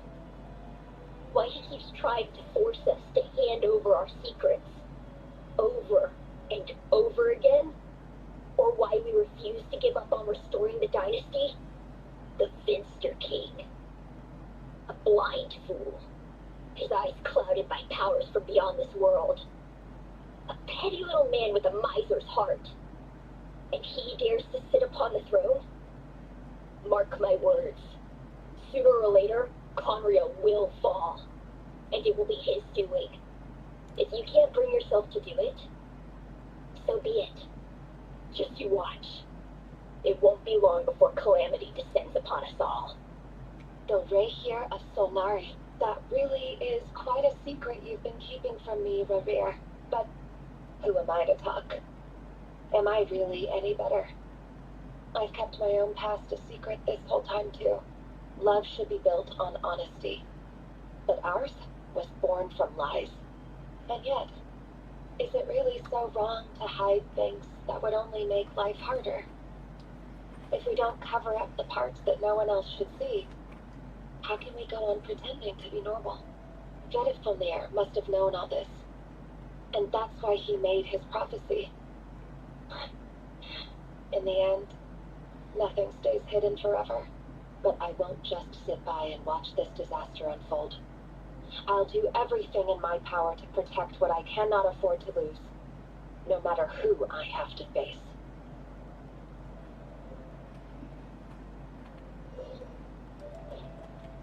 Huh? Was that Rayrir who just walked past the window? Doesn't it give you the chills that he still takes the same road to work every day? As if nothing ever happened. Those people at the deli. Enough already. They're clearly pretty taken by their own disguises, so just smile and play along. pull the rug from under beasts like that? And you risk having your throat torn out? Delhi. They're talking about us people from the opposition. Right. I'd almost forgotten they used to run a Delhi. People of no consequence always vanish so easily. And no one even remembers them.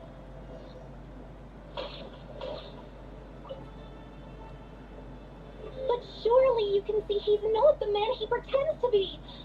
So many have died already, and they say that the king's madness grows with each passing day. We're not going to survive this, are we? But why does it have to be this way? Do we really deserve to die just because of the blood that runs through our veins? Felindis, are you even listening? Sorry, Freether. My mind was off wandering. I heard you, though. You're talking about what Rarir said. He's just following the king's orders. He's a secret agent, and it's his job to hunt down rebels and dissidents. By the time you first met him, he'd already taken lives. Maybe he was using you from the very beginning. No. Rarir has no idea I have anything to do with the Crimson Moon. My family are only distant relatives of the main lineage, and besides, my eyes are perfectly ordinary. Truth be told, apart from my teacher, pretty much no one knows I have any connection to any of it. It's been a long time since my family severed ties. But as Orlok said, who could possibly talk sense into that raving lunatic of a king?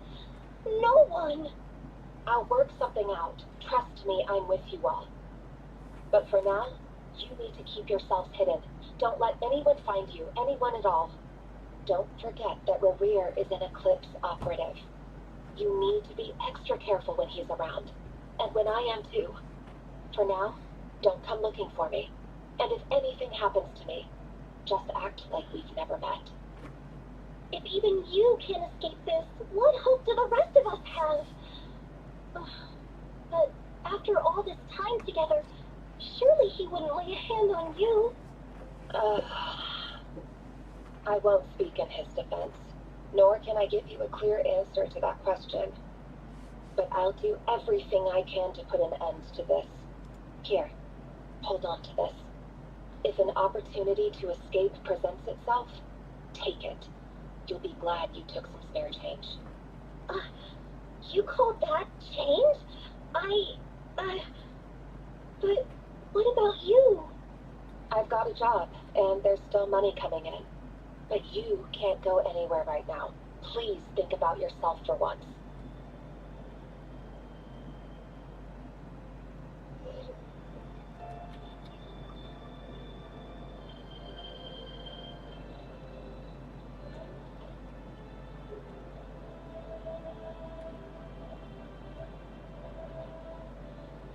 Another day, another round of assassination training.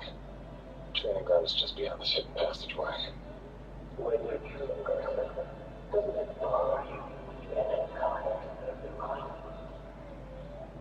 Why would it? Aren't we all just walking blood bags? But not everyone is accustomed to hunting down others like prey. You've been a hunter for so long now, you seem to have forgotten that most people don't just go around killing one another. Leave me alone. Make sure you have a firm grip on the handle. Then choose your angle well. Keep your movements light and brisk. And the prey won't sense a thing. I know that. I'll bet no one will ever die a quiet death at your hands. I work clean. No traces.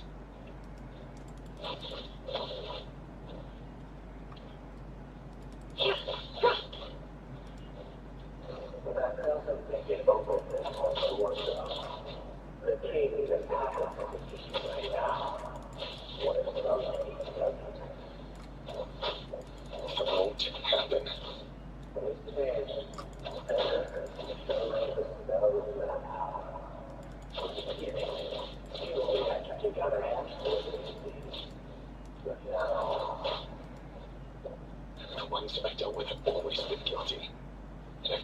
it work flawlessly.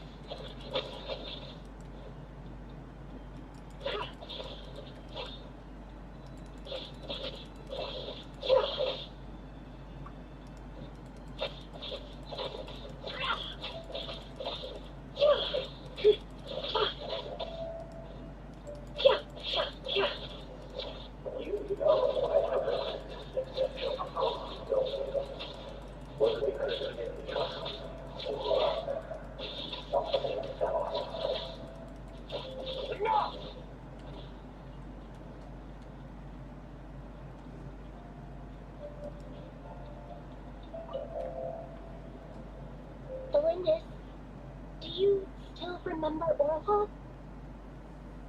Orlog. The boy who was pretending to sell flowers.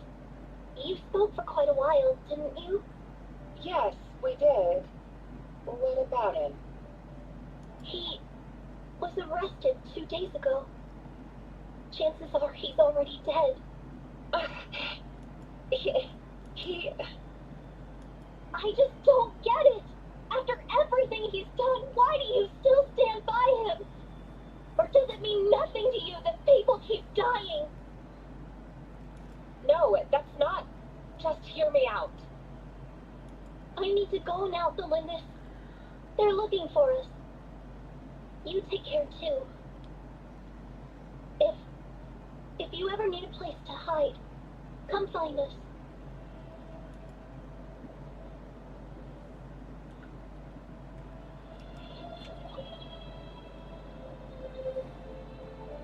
Author, Belinda. Over the course of this week, the research object was subjected to interference for a total of 47 hours for experimental purposes. The results are as follows. All subjects of observation that were sent inside have now... The situation within is proving more problematic than anticipated. No progress whatsoever. But now, won't you give me even a glimmer of hope? Things are getting worse by the day. I have to find a way or we'll all be in danger. But I... If all this research comes to nothing, what then? Sooner or later it'll be my neck on the line. But could he really bring himself to kill me? No. Surely he wouldn't have the heart.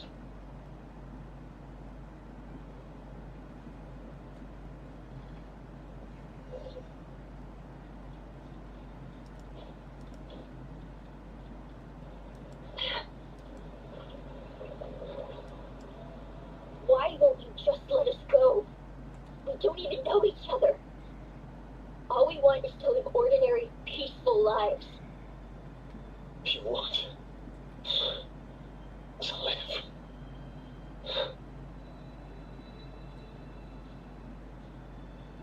Yes. I just want to go on living.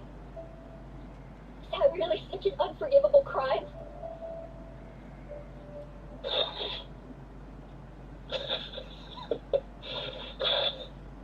You want to go on living.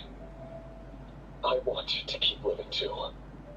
To keep living forever. That's why I have no choice but to continue on the path I'm on. If only some savior would suddenly swoop down and change the way the world is. Too bad that's not going to happen. Imagine that. If there really were such a person, you and I wouldn't be standing here like this, would we?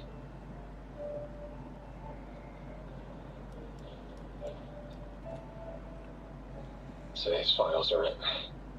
Time to wade through them just like usual. You know, I'm getting tired of it. It's my job. And not only am I lucky to have it, I'm good at it too.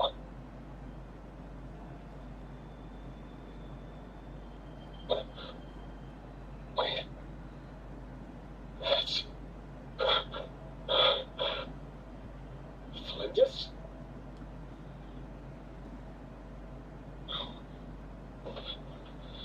No. No!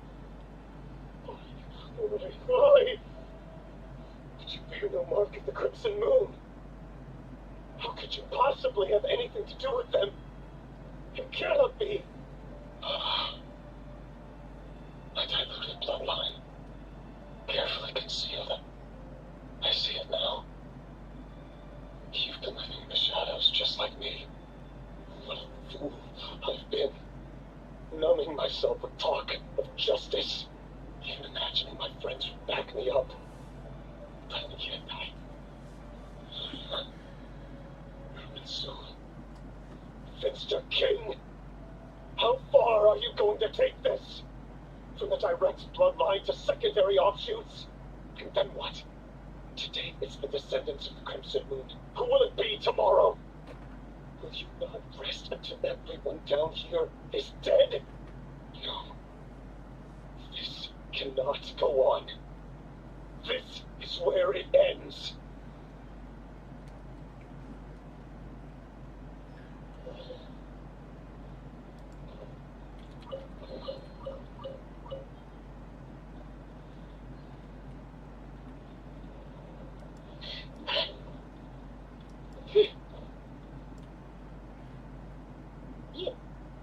You're really letting me go? I am. As long as you can guarantee that no one will find you. Don't worry, I'll be extra careful. No one will know I was here. But, what about you? Me? If you let me go, you won't be able to complete your mission, will you? Good point. In that case, maybe you should stay. No, please! I just want to see the outside world again. To... Go on living. Yes. I know you're a man of your word. So please, just let me go. If I let you leave, what will become of me? Just kidding. Go, now. But remember, don't let anyone know you were caught. We'll be seeing each other again very soon if you do.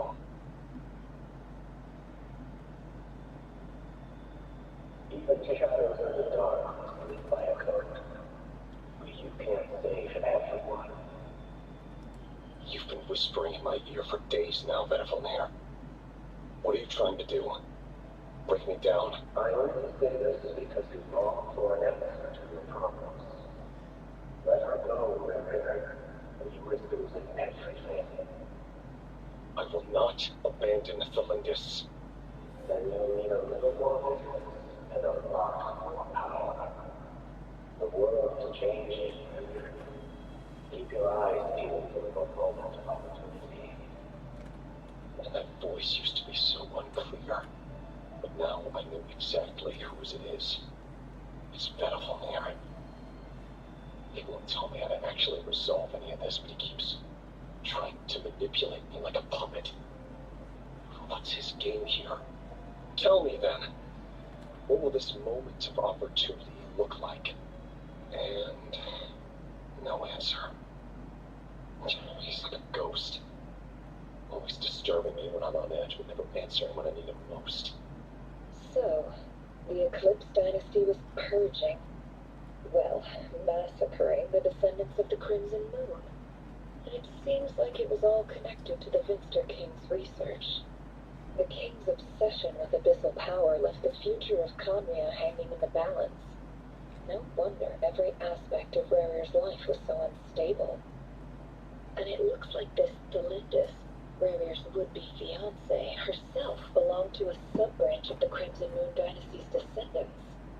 It almost defies belief that a couple like them could hide the truth from each other for so long. If the Finster King hadn't intervened in such a drastic way, they might have gone on deceiving each other for the rest of their lives. And why does Veterfanir, Dainsleif's older brother, keep talking in Rare's head? This guy kept more secrets than I ever imagined. The human mind is like a vast desert of shifting sands. When you follow the flow of someone's memories, you only ever see the parts they're willing to let surface. Time for something a bit more creative. We've been inside Rare's mind this whole time, building up a picture of his psyche. There's already enough clues on the board to start reading between the lines, and mapping out the rest. Now, we can finally begin to put the pieces together. Sure, it'll only be a reconstruction, part simulation, part reasoning, but it's usually pretty accurate. Once we've built up a cognitive profile, we just need to cross-check the logic behind his actions. And then we'll be able to take a sneak peek at whatever it is that Rarer has really been hiding.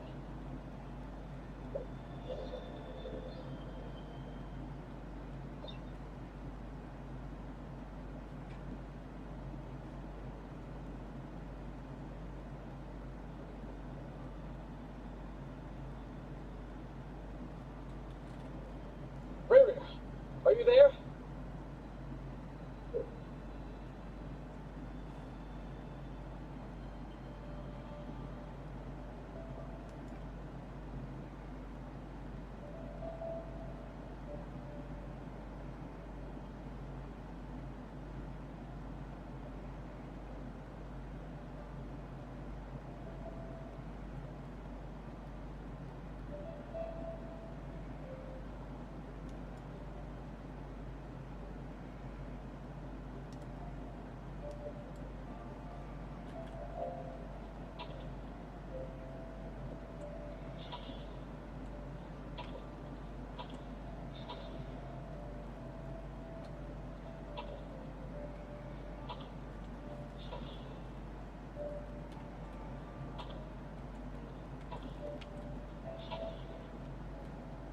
Hey, Rarer!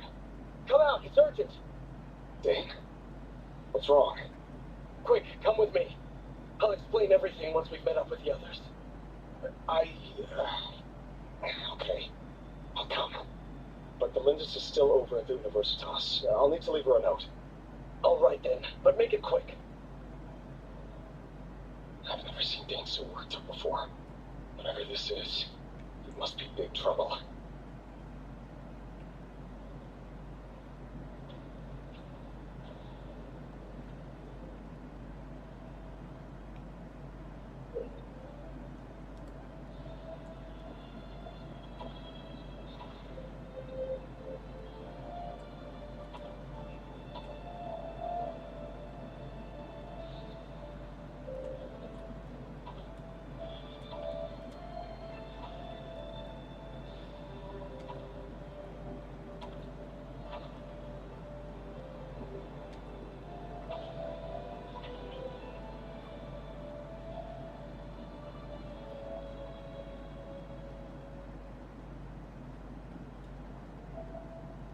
Well, this is a nice change, meeting you all at this hour. When men and women of ambition can speak face to face in broad daylight, I say that's a big step forward for our dear Conria. Don't be ridiculous. We do not fear the day. Why would we seek refuge in the night? You might ask your blade that same question. I'm told it prefers the cover of darkness. The word on the street is that Sodology only strikes when he has an unfair advantage. But that is patently false. I see you're missing an arm and a leg. Surely only a fair fight could explain that. If this is your way of offering me replacement limbs, believe me, I'll take them. Oh, we can certainly discuss that. With bioalchemy, anything is possible. Assuming I have your full support in my research. Lunatic. Rocketeer, what brings you here? Why, Dainsmith, of course. He invited me. Please, cast aside your apprehensions, Miss Rhindaughter. Whatever the rumors may say, I am but a humble servant of the king, and I can assure you he affords me no greater convenience than he does you. Well, the Universitas Magistrorum won't stop fawning over you, so at least some of the rumors must be true. You're clearly doing well for yourself, so drop the humble servant act. It endears you to no one. You're president of the Universitas Magistrorum, the chief royal mage known as the Wise by royal appointment, and by far the most favored among the 4 pillars of Comria. Vice President Veet doesn't even try to hide his envy when he sees you. My success is the product of hard work and good luck. It's as simple as that. Were the king not such an extremist, I hardly think I would have received a senior post at my age. Of course, no job is without its gripes. Serving a king like ours can be a challenging task, as I'm sure you can imagine. And as for Efterfeet, in missing out on the presidency, he's dodged a mountain of stress. Like everything else in life, it comes with pros and cons. You're all here. I apologize for the short notice, but it was an emergency.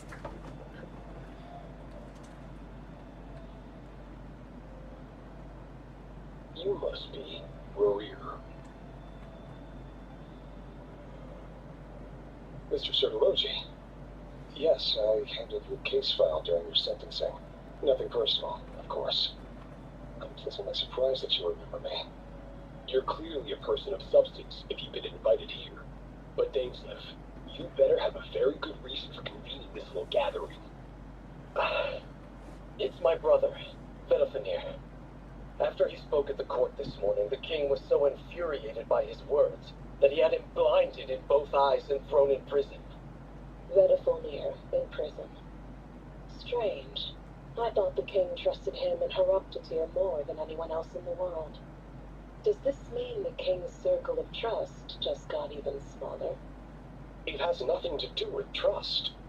It's about what the king wants, which is as clear as day to anyone paying attention. I simply appease him, because it's in the best interests of the Universitas Magistrorum. And also because you're slimy. Vedafenir, perhaps less so. But still, a visionless visionary?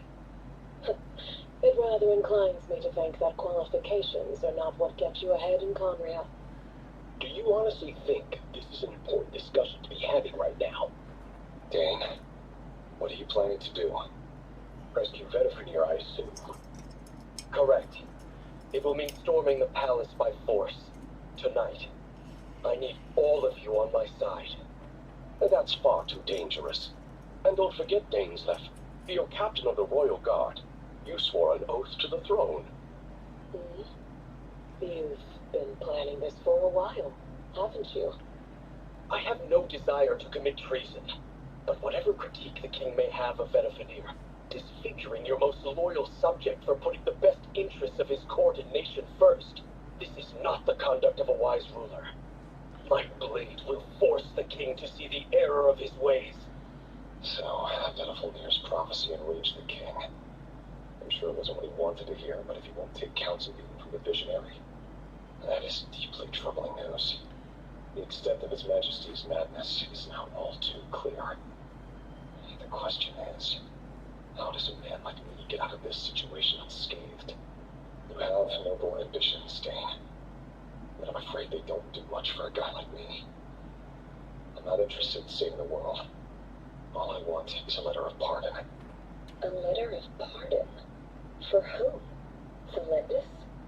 The chances of the Vinster King issuing a pardon for anyone connected to the Crimson Moon seem vanishingly slim.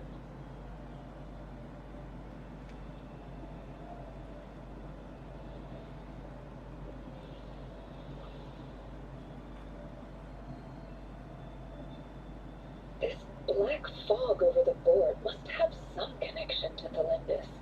But why is it taking this form? Does it have something to do with Revir's past? Another mystery I'll need to unravel.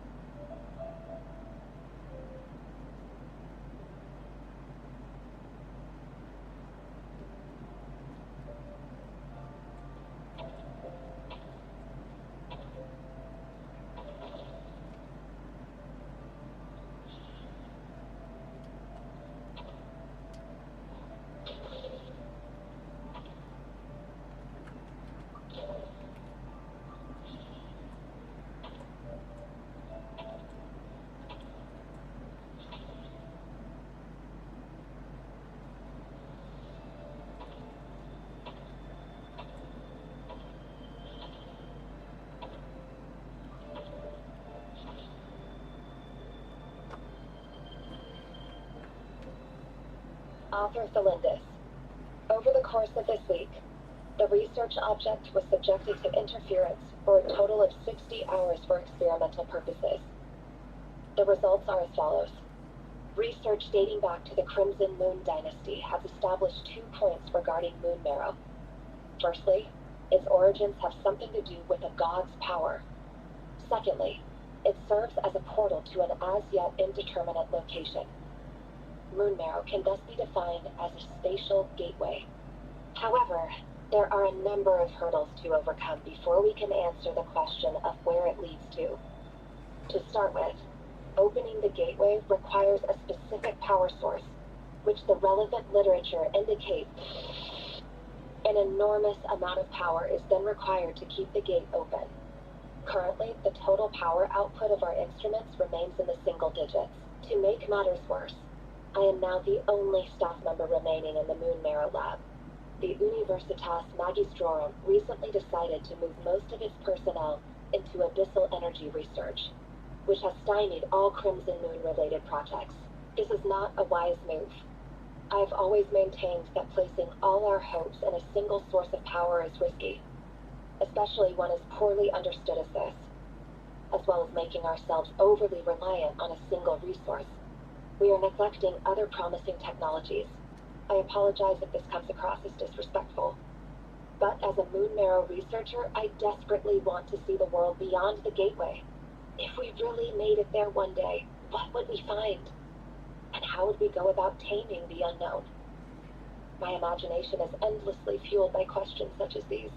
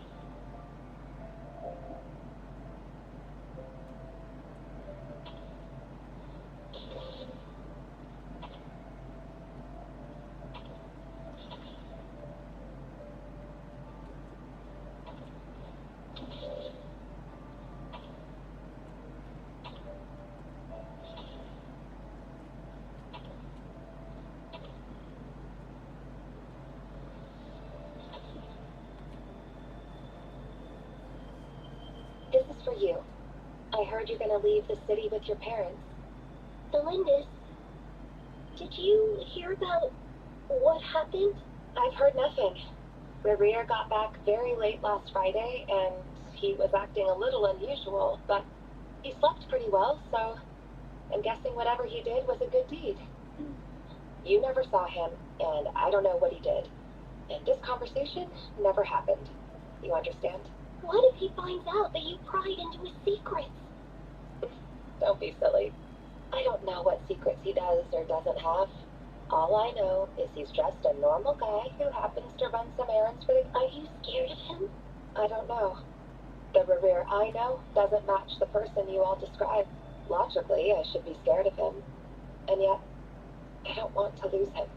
But enough about that. You should get going, and be careful with the package I gave you. Keep it secret. Keep it safe. What's in it? A piece of the moon. All you need to know is that as long as you keep it safe, then in the future, everyone will be able to see a red moon. A red moon? You mean our moon? That's right. Our moon. Promise me you'll look after it. I promise, Thelindis. The Crimson Moon bloodline will never die out. Its light, the color of blood, will become like a fire that flows in our veins, no matter how long it takes.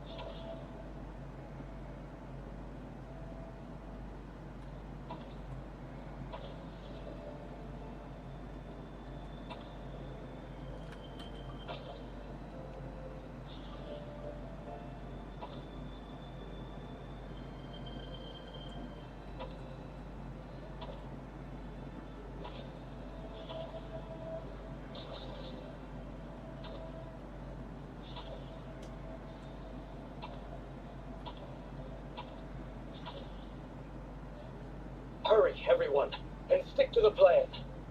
Sir Ainsley, what are you? Is this treason? You know what happens to those who betray the throne. Please, don't do this. It is the king himself who has betrayed the throne. He has betrayed all of Conria. If you have any love left for justice in your heart, you should join me. It's showtime. Dan and his group will handle the troops in the palace. Then Hoptatir and Rhydaughter will disarm the security measures. My job is to enter the prison and rescue Vedifalnir. Stay safe. Wish me luck. Look after my brother. Draw your blade. It is time for justice to prevail.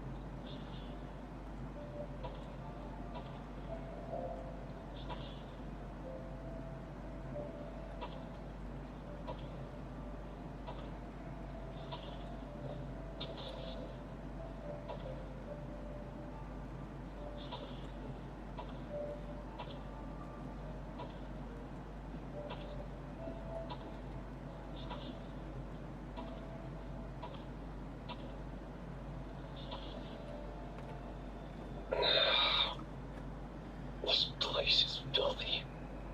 And the smell is abominable. Clearly the king doesn't allow his prisoners a single shred of dignity. This is dire. Sandio. Hello, Mr. Vedifalnir. It's you. Surprised? Oh, wait. I guess surprise isn't an emotion that prophets feel very often. I certainly felt some surprise in the moment when I was blinded. Surprise at the king's sheer ignorance. Surprise at just how unfairly this world responds to words of earnest remonstration. I'm curious. What did you prophesize this time? It wasn't a prophecy. It was a word of warning. Someone had to say it. The king has forsaken all reason in pursuit of his obsessions. I simply told him that if he continues on this path, Conria will surely fall. And he didn't listen. Worse still, he stabbed you in both eyes and locked you away. Dane asked for my help. The court is in complete chaos now, but I'm sure you predicted that.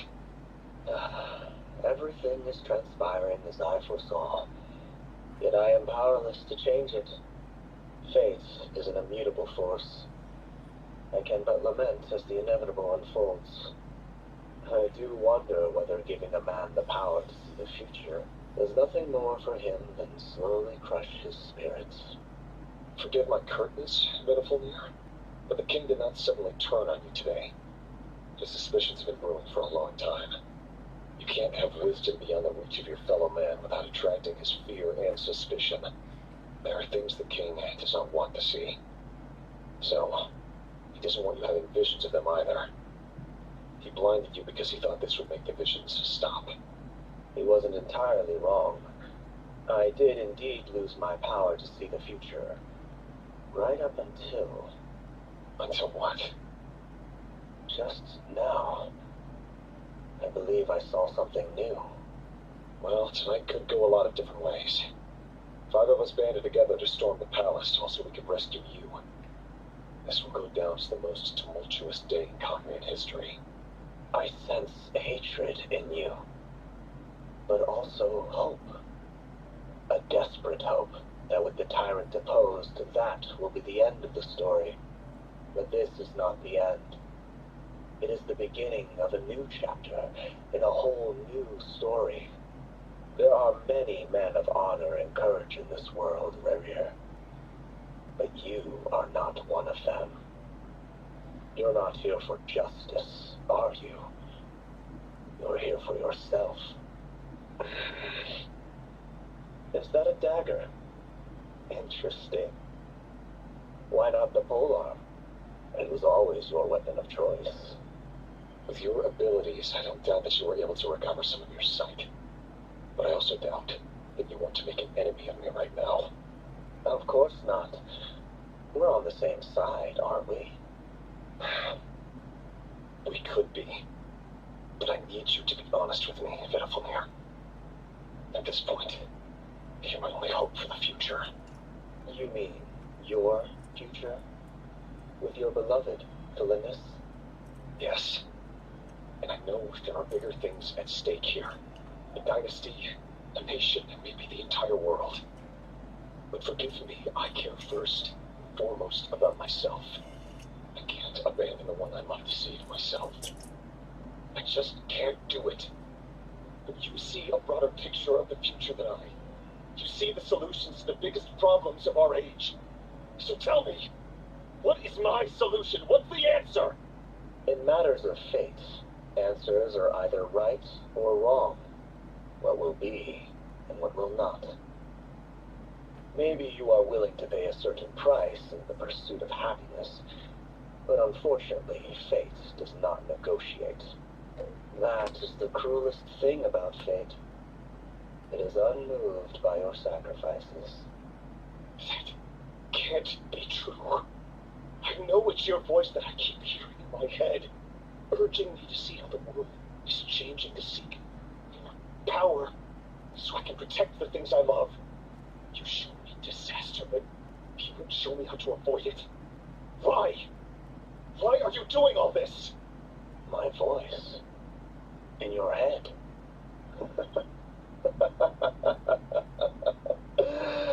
So, you hear it too. The voice that steals your mind, gains your trust, and drives you crazy. It turns out that we are not so different, you and I. Vedafilnir just broke into the strangest smile I've ever seen in my life, as if he'd discovered some monumental secret. But then he suddenly switched to looking extremely weary. Very well then. My advice to you is as follows. You must persevere. Whatever trials and tribulations you may face, be steadfast in the belief that they are your path to the future. For as long as you live, your story with Felindus shall not come to an end. That is the only chance you have of fighting back against fate. It is up to you whether you believe my words. Regardless, that is all I will say on the matter. I have no right to intervene any further. I will hold you to your word. Thank you for setting me free. In return, I will tell you one more thing that you cannot afford to ignore. Just then, a strange wave of energy rippled through the city. We had no idea what it could mean. If I were you, I would head to the Universitas Magistrorum. Universitas? I'm sure we'll be seeing each other again very soon, Rerir. Whatever Vedafilnir said, I didn't catch it. I didn't even help him out of the prison. There was no time to lose.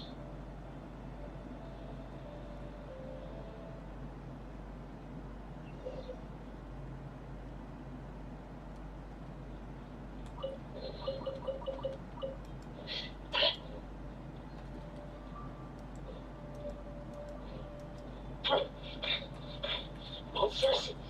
Is this Grindaughter's doing? Are the Universitas Magistrorum. Out of my way!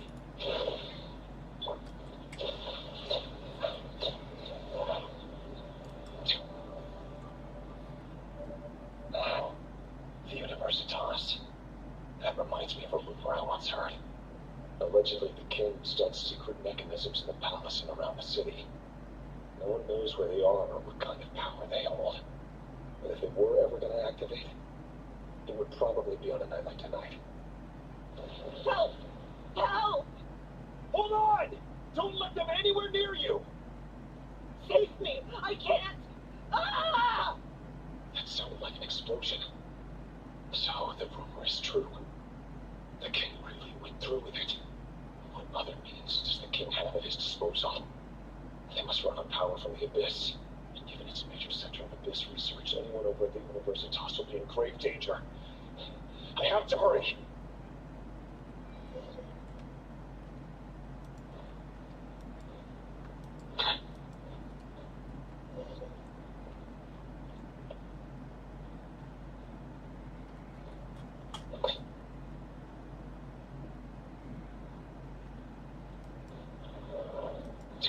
Fulfill our pact!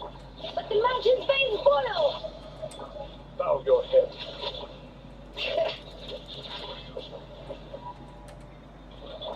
No more lies. Ah! Show no mercy! You two! Time to...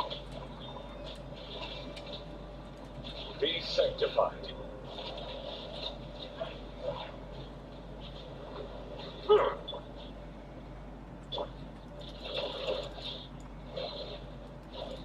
It all falls into place. Seek within.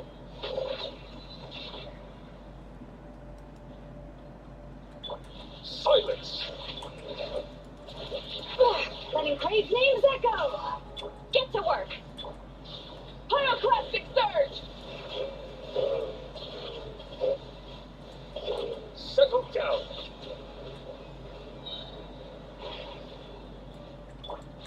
Hear the echoes of the valley! It all adds up. Ah! Yaka!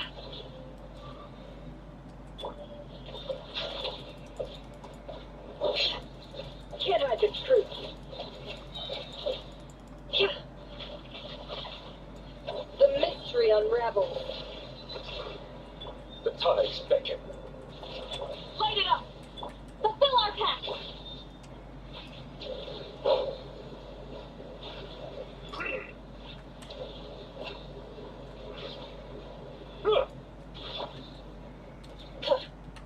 Show no mercy!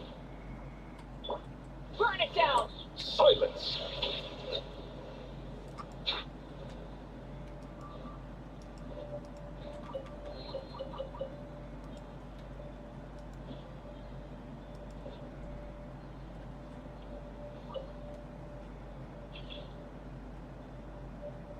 Monsters! At the Universitas Magistrorum? Why now? Oh no! They're coming! It's no use. The table won't hold out much longer. The weapons! Where are the weapons? Oh, of course. All the lab equipment was upgraded after the inspection last week, but the new weapons haven't been allocated yet. I'm done for. Is anyone there? I need help! Ah! Stay back! Please stay back! Please!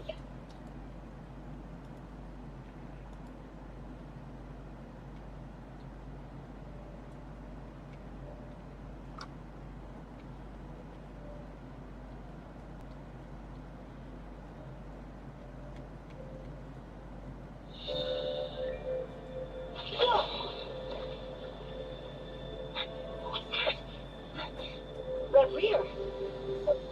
So the rumors about your work are true. What? No! Kristen, something happened at the palace tonight. We have to leave. You don't need to lie to me anymore. What do you mean? I know why you're worried, and I will respect the decision you've made. But it's okay, because I found a solution. I know how to end all this. You can have it back. The normal life you so desire.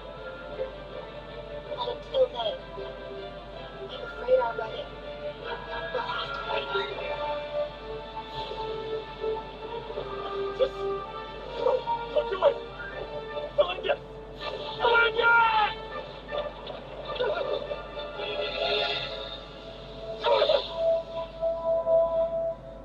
I told you, Redbeard. Let her go. You will find someone better. No. I won't do it. I have to save her. By what means exactly? A lonely pawn. You lack the power and the strength of will. Do you know me? Tell me. Come to the palace. Join us.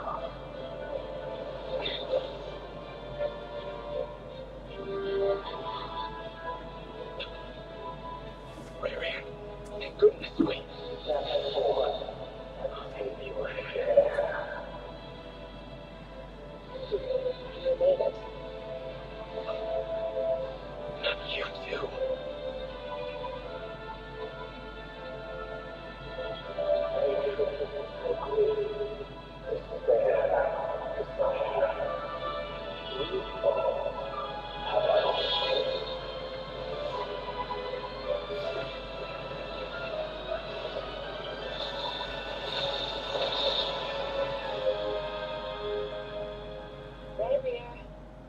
Rarier, Linus. were you daydreaming?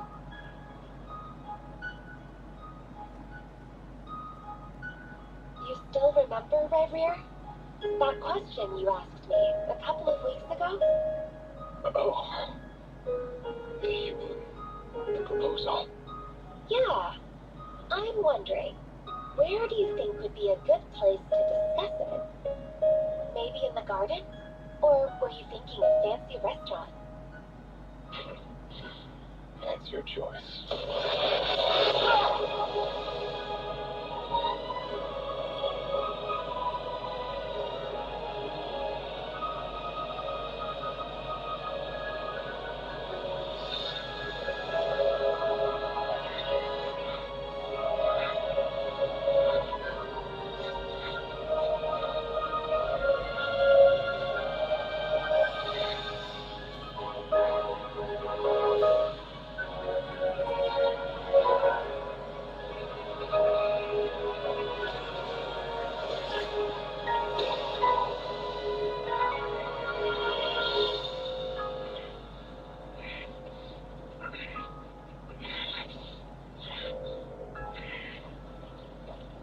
I will find you. And then, you can give me your answer.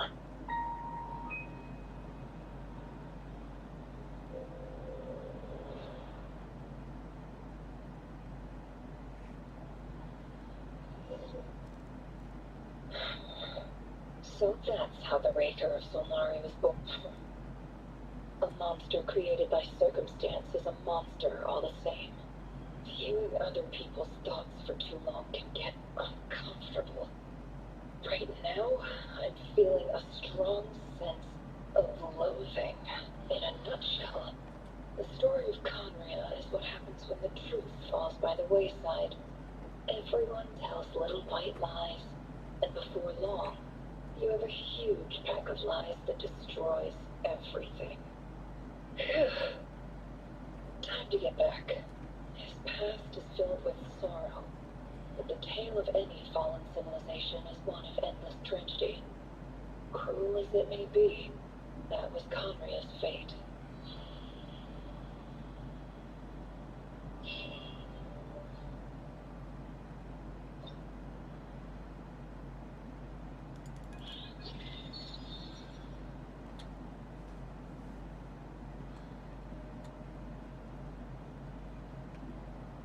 Everyone, I'm back. Can I get a standing ovation? Never! How are you holding up? Feeling okay? She's fine. Boss is a pro. Yes, I'm fine. You will have seen now clear that he is just a regular nobody, driven by personal tragedy, as he said himself. I mostly agree. There's only so much we can know about him from his memories alone, but they did give us a clear glimpse into his life in Connia. However, I would not consider Rerir to be a nobody. He was deeply involved in the events of that era. Yet, when the catastrophe of a generation strikes... Nope, sounds to me like you're speaking in riddles again. Is this you urging me not to abandon the people of Nodcry in their hour of need? That's not what I meant. Although I do hope you choose to remain a part of the plan. Without you, the mission ahead will be all but impossible. Then try to remember that I respond better to the carrot than the stick. And I don't appreciate being bossed around. Now, as for you, Missy, you were excellent. You stuck to the rules of the ceremony and kept your mouth shut the entire time. Bravo. Cool. So, can you fill me in on the deets now? Most of what I saw went right over my head. Patience. You'll hear the whole story, don't you worry. But let's meet up with the others first. It will save me narrating it twice. Yehoda? Yes, boss. Let me get that door for ya. That's more like it. For a moment there, I was worried you'd forgotten about the first clause of your employment contract. Forgive my curiosity, but what does the first clause say? It says I gotta do the annoying stuff that boss is too lazy to do for herself. Like opening the door, pouring the tea, yada yada. Is that right? If something is in the contract, it's because she willingly agreed to it. Rest assured that the Curatorium abides by the very strictest of labor policies. You don't seriously think I'm cruel enough to treat her like my slave? In any case, I've hardly shied away from my share of the work today.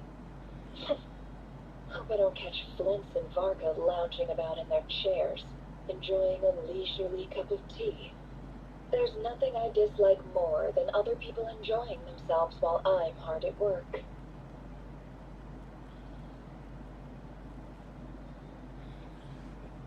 Oh no.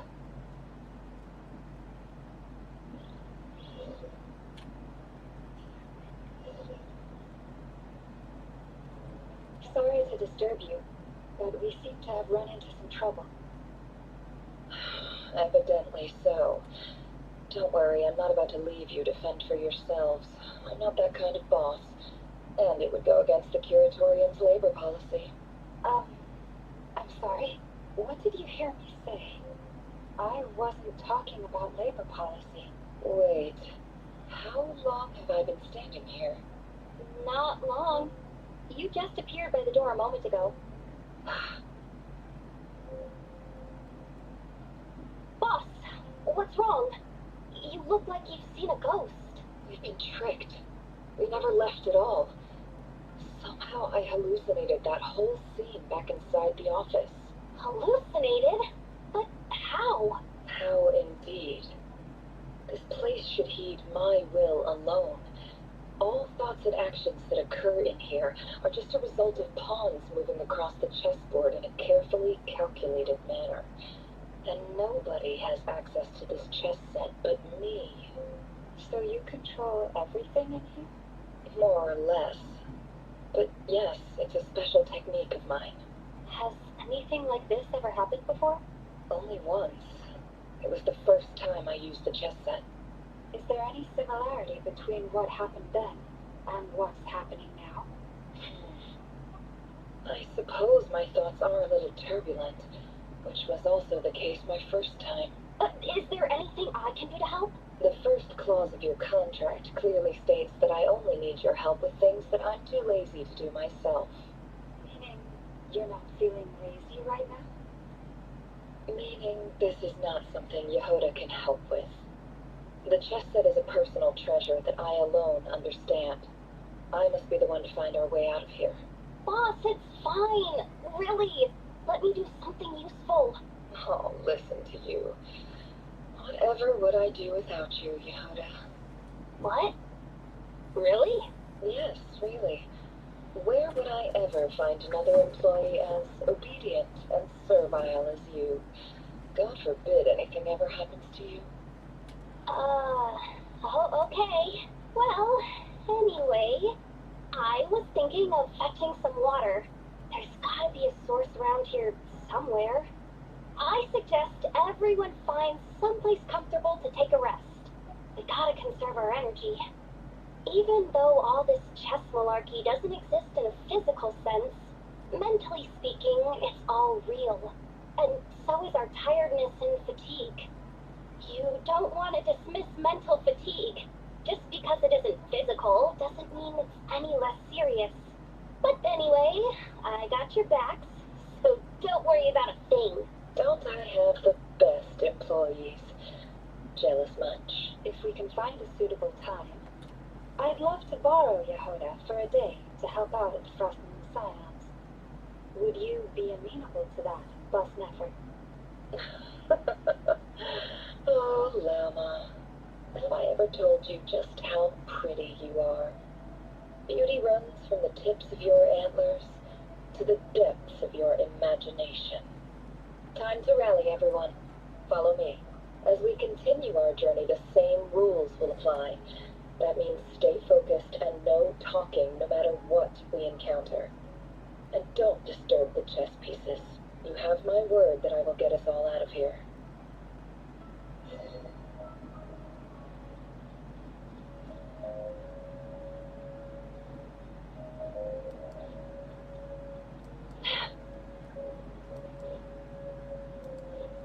This place looks familiar. That's not a good sign. There's someone I wasn't expecting visitors at this hour. Wait, is that? Oh, it's him. There you are.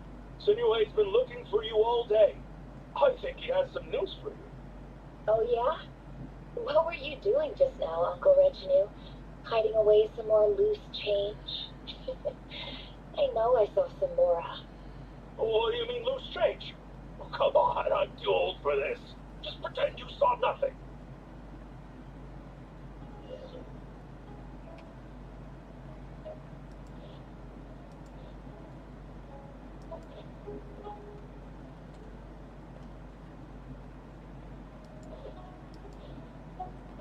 Hey, kid. Mind telling me what Sinuhe's been up to recently? I'm trying to get in his good books and I need a way in. Get in his good books? Why? What do you want with my dad, Uncle and Peppy? I've written a new song. I was hoping to showcase it at the next festival, but I'll need his approval. A new song, huh? I'd love to stay and listen, but unfortunately, Uncle Retinue says my dad's looking for me. Well, there's plenty of time and I'm not going anywhere. See that pile of stones? I'll be sitting there warming up my vocal cords. Come find me when you're done. Pile of stones. Got it.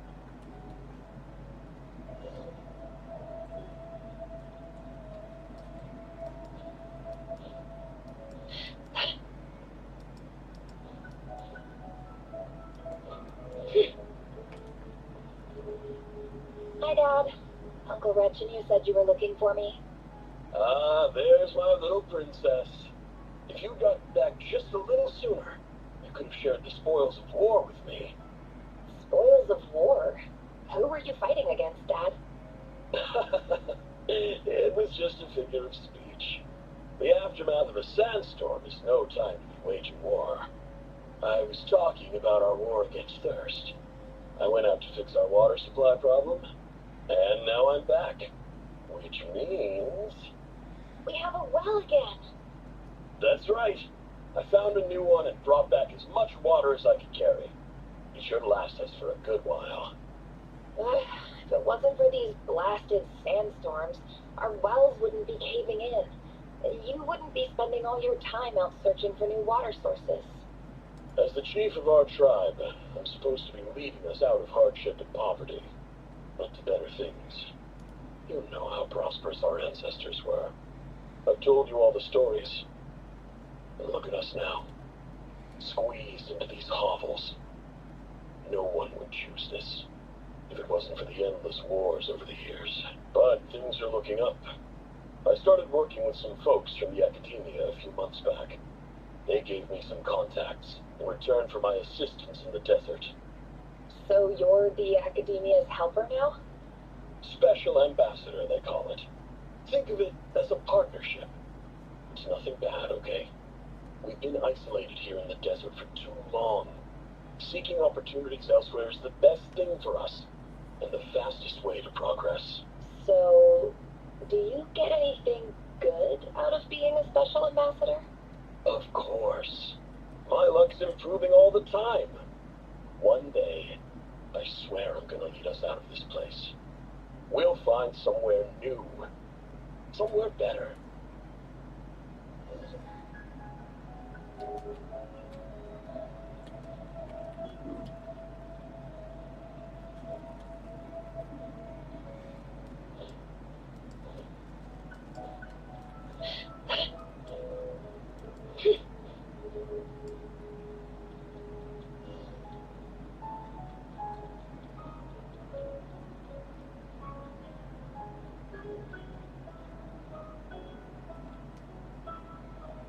That's our well, and you know it.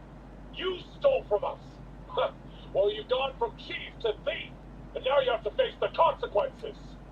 Did you really think you could take our water without permission and get away with it? You're either brave, stupid, or both. In that Special Ambassador Act? Yeah, nice try. We spoke to the academia. They said it was all news to them. You're a liar and a cheat.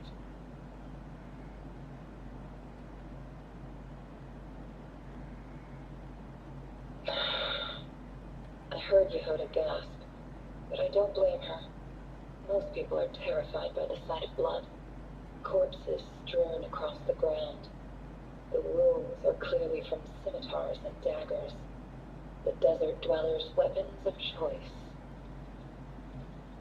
There's a handwritten note on the ground. Let's see what it says. Halil, this is Sinre, chief of the Shinti tribe. Surely you remember me. I was the one who helped you and your colleagues avoid the quicksand in the desert. This is my second time writing to you. I assume my last letter must have gotten lost in the mail, as I didn't receive a reply. I hope this one makes it to you safely. I'm writing to you because I need some help. That sandstorm the other day completely blocked up our well, forcing me to look for another water source in Iab and Moonlight territory. It was a matter of survival. Praise the gods. The well of the Iab tribe was intact. It was my last resort. I drew what water I could and left, but not without being spotted. I fear they will retaliate. You told me to write to you if I ever needed help. You said you'd be my ally in the academia. I urgently need you to formally recognize my title of Special Ambassador and send some of your people to assist me for a few days. It's the only way I can convince them that this was the academia's decision and prevent them from retaliating. This is an emergency. Please send help as soon as possible. Looks like this letter never got sent. The writer died a grisly death, and the letter was trampled into the ground. It's badly defaced. Some parts are barely legible. What a ridiculous lie the surviving Shinti tell. Their whole village was butchered over a sip of water.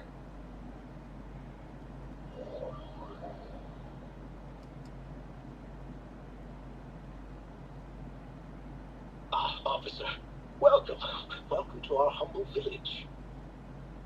I thought you would at least have the courtesy to provide some respectable libation. This is the finest wine our village has to offer.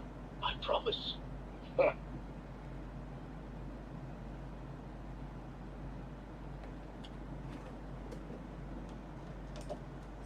The academia has agreed to reserve a single space for a candidate from your village.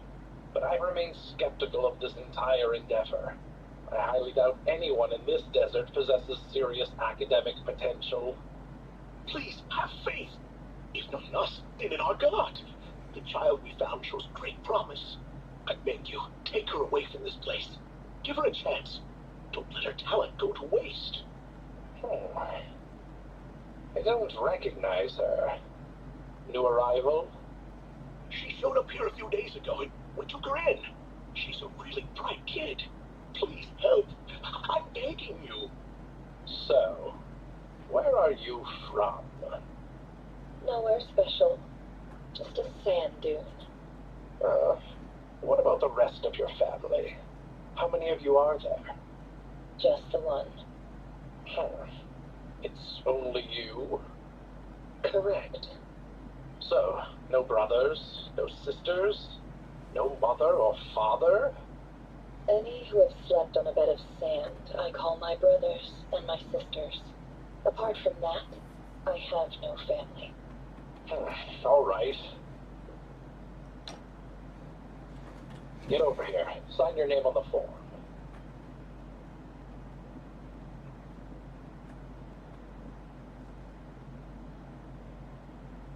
Never. Rather fair-skinned for a desert dweller.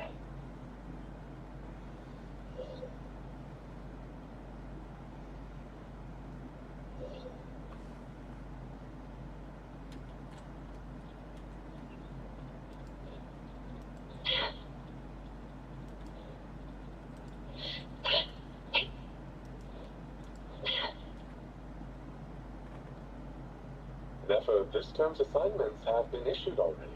Please read through the materials thoroughly, conduct your own additional research, and then write an essay on the topic. Yes, Professor, I'm aware. I just had a couple more questions I wanted to get your perspective on. Please ask away. Well, I saw the other students' problem sheets, and I couldn't help but notice that my assignment is much easier than theirs.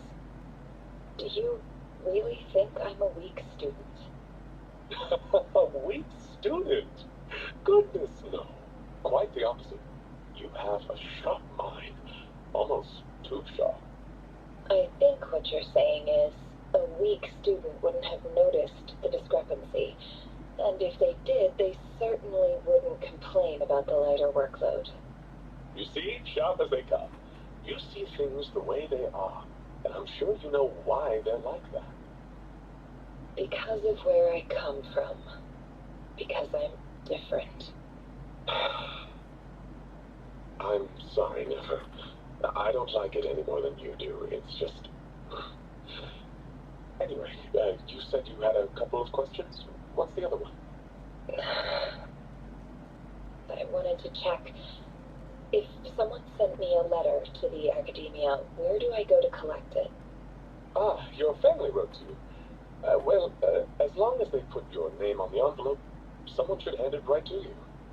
Not exactly. It's not even a recent letter. I was just curious where the mail would end up if no one collects it.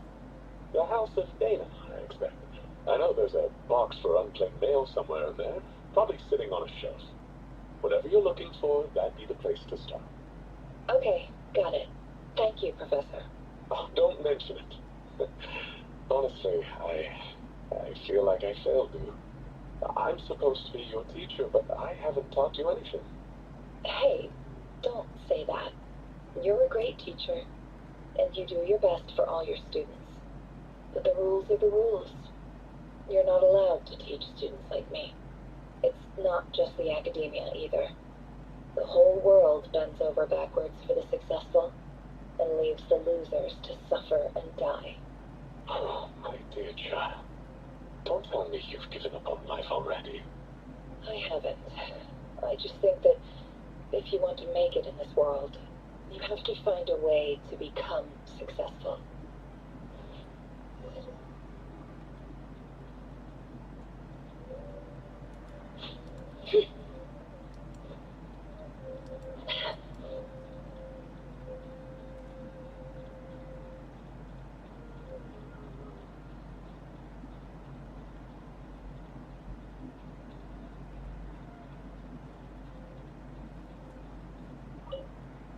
This must be it.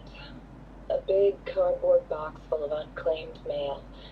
And probably some letters that ended up here by mistake, too. Let's take a look.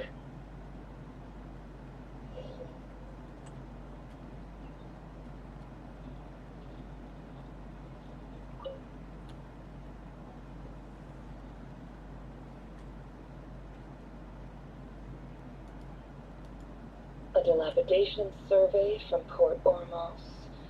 Looks like it's from a Core of 30 representative. What a strange thought. A bunch of mercs losing sleep over rundown buildings. This one was never even opened. I guess the recipient didn't care what the Core of 30 had to say about anything. Who was it addressed to? I don't recognize the name, but it must have been a Kashawar professor. This one is addressed to the Immortus Sage. The title is Changes Observed in Satyavada Life Symptoms. Why do all these letters read like full-blown dissertation? Guided by the incense, we became lost somewhere in the forest. All the barriers between levels of consciousness disappeared as our minds soared around in circles, looking for a branch to seek refuge on.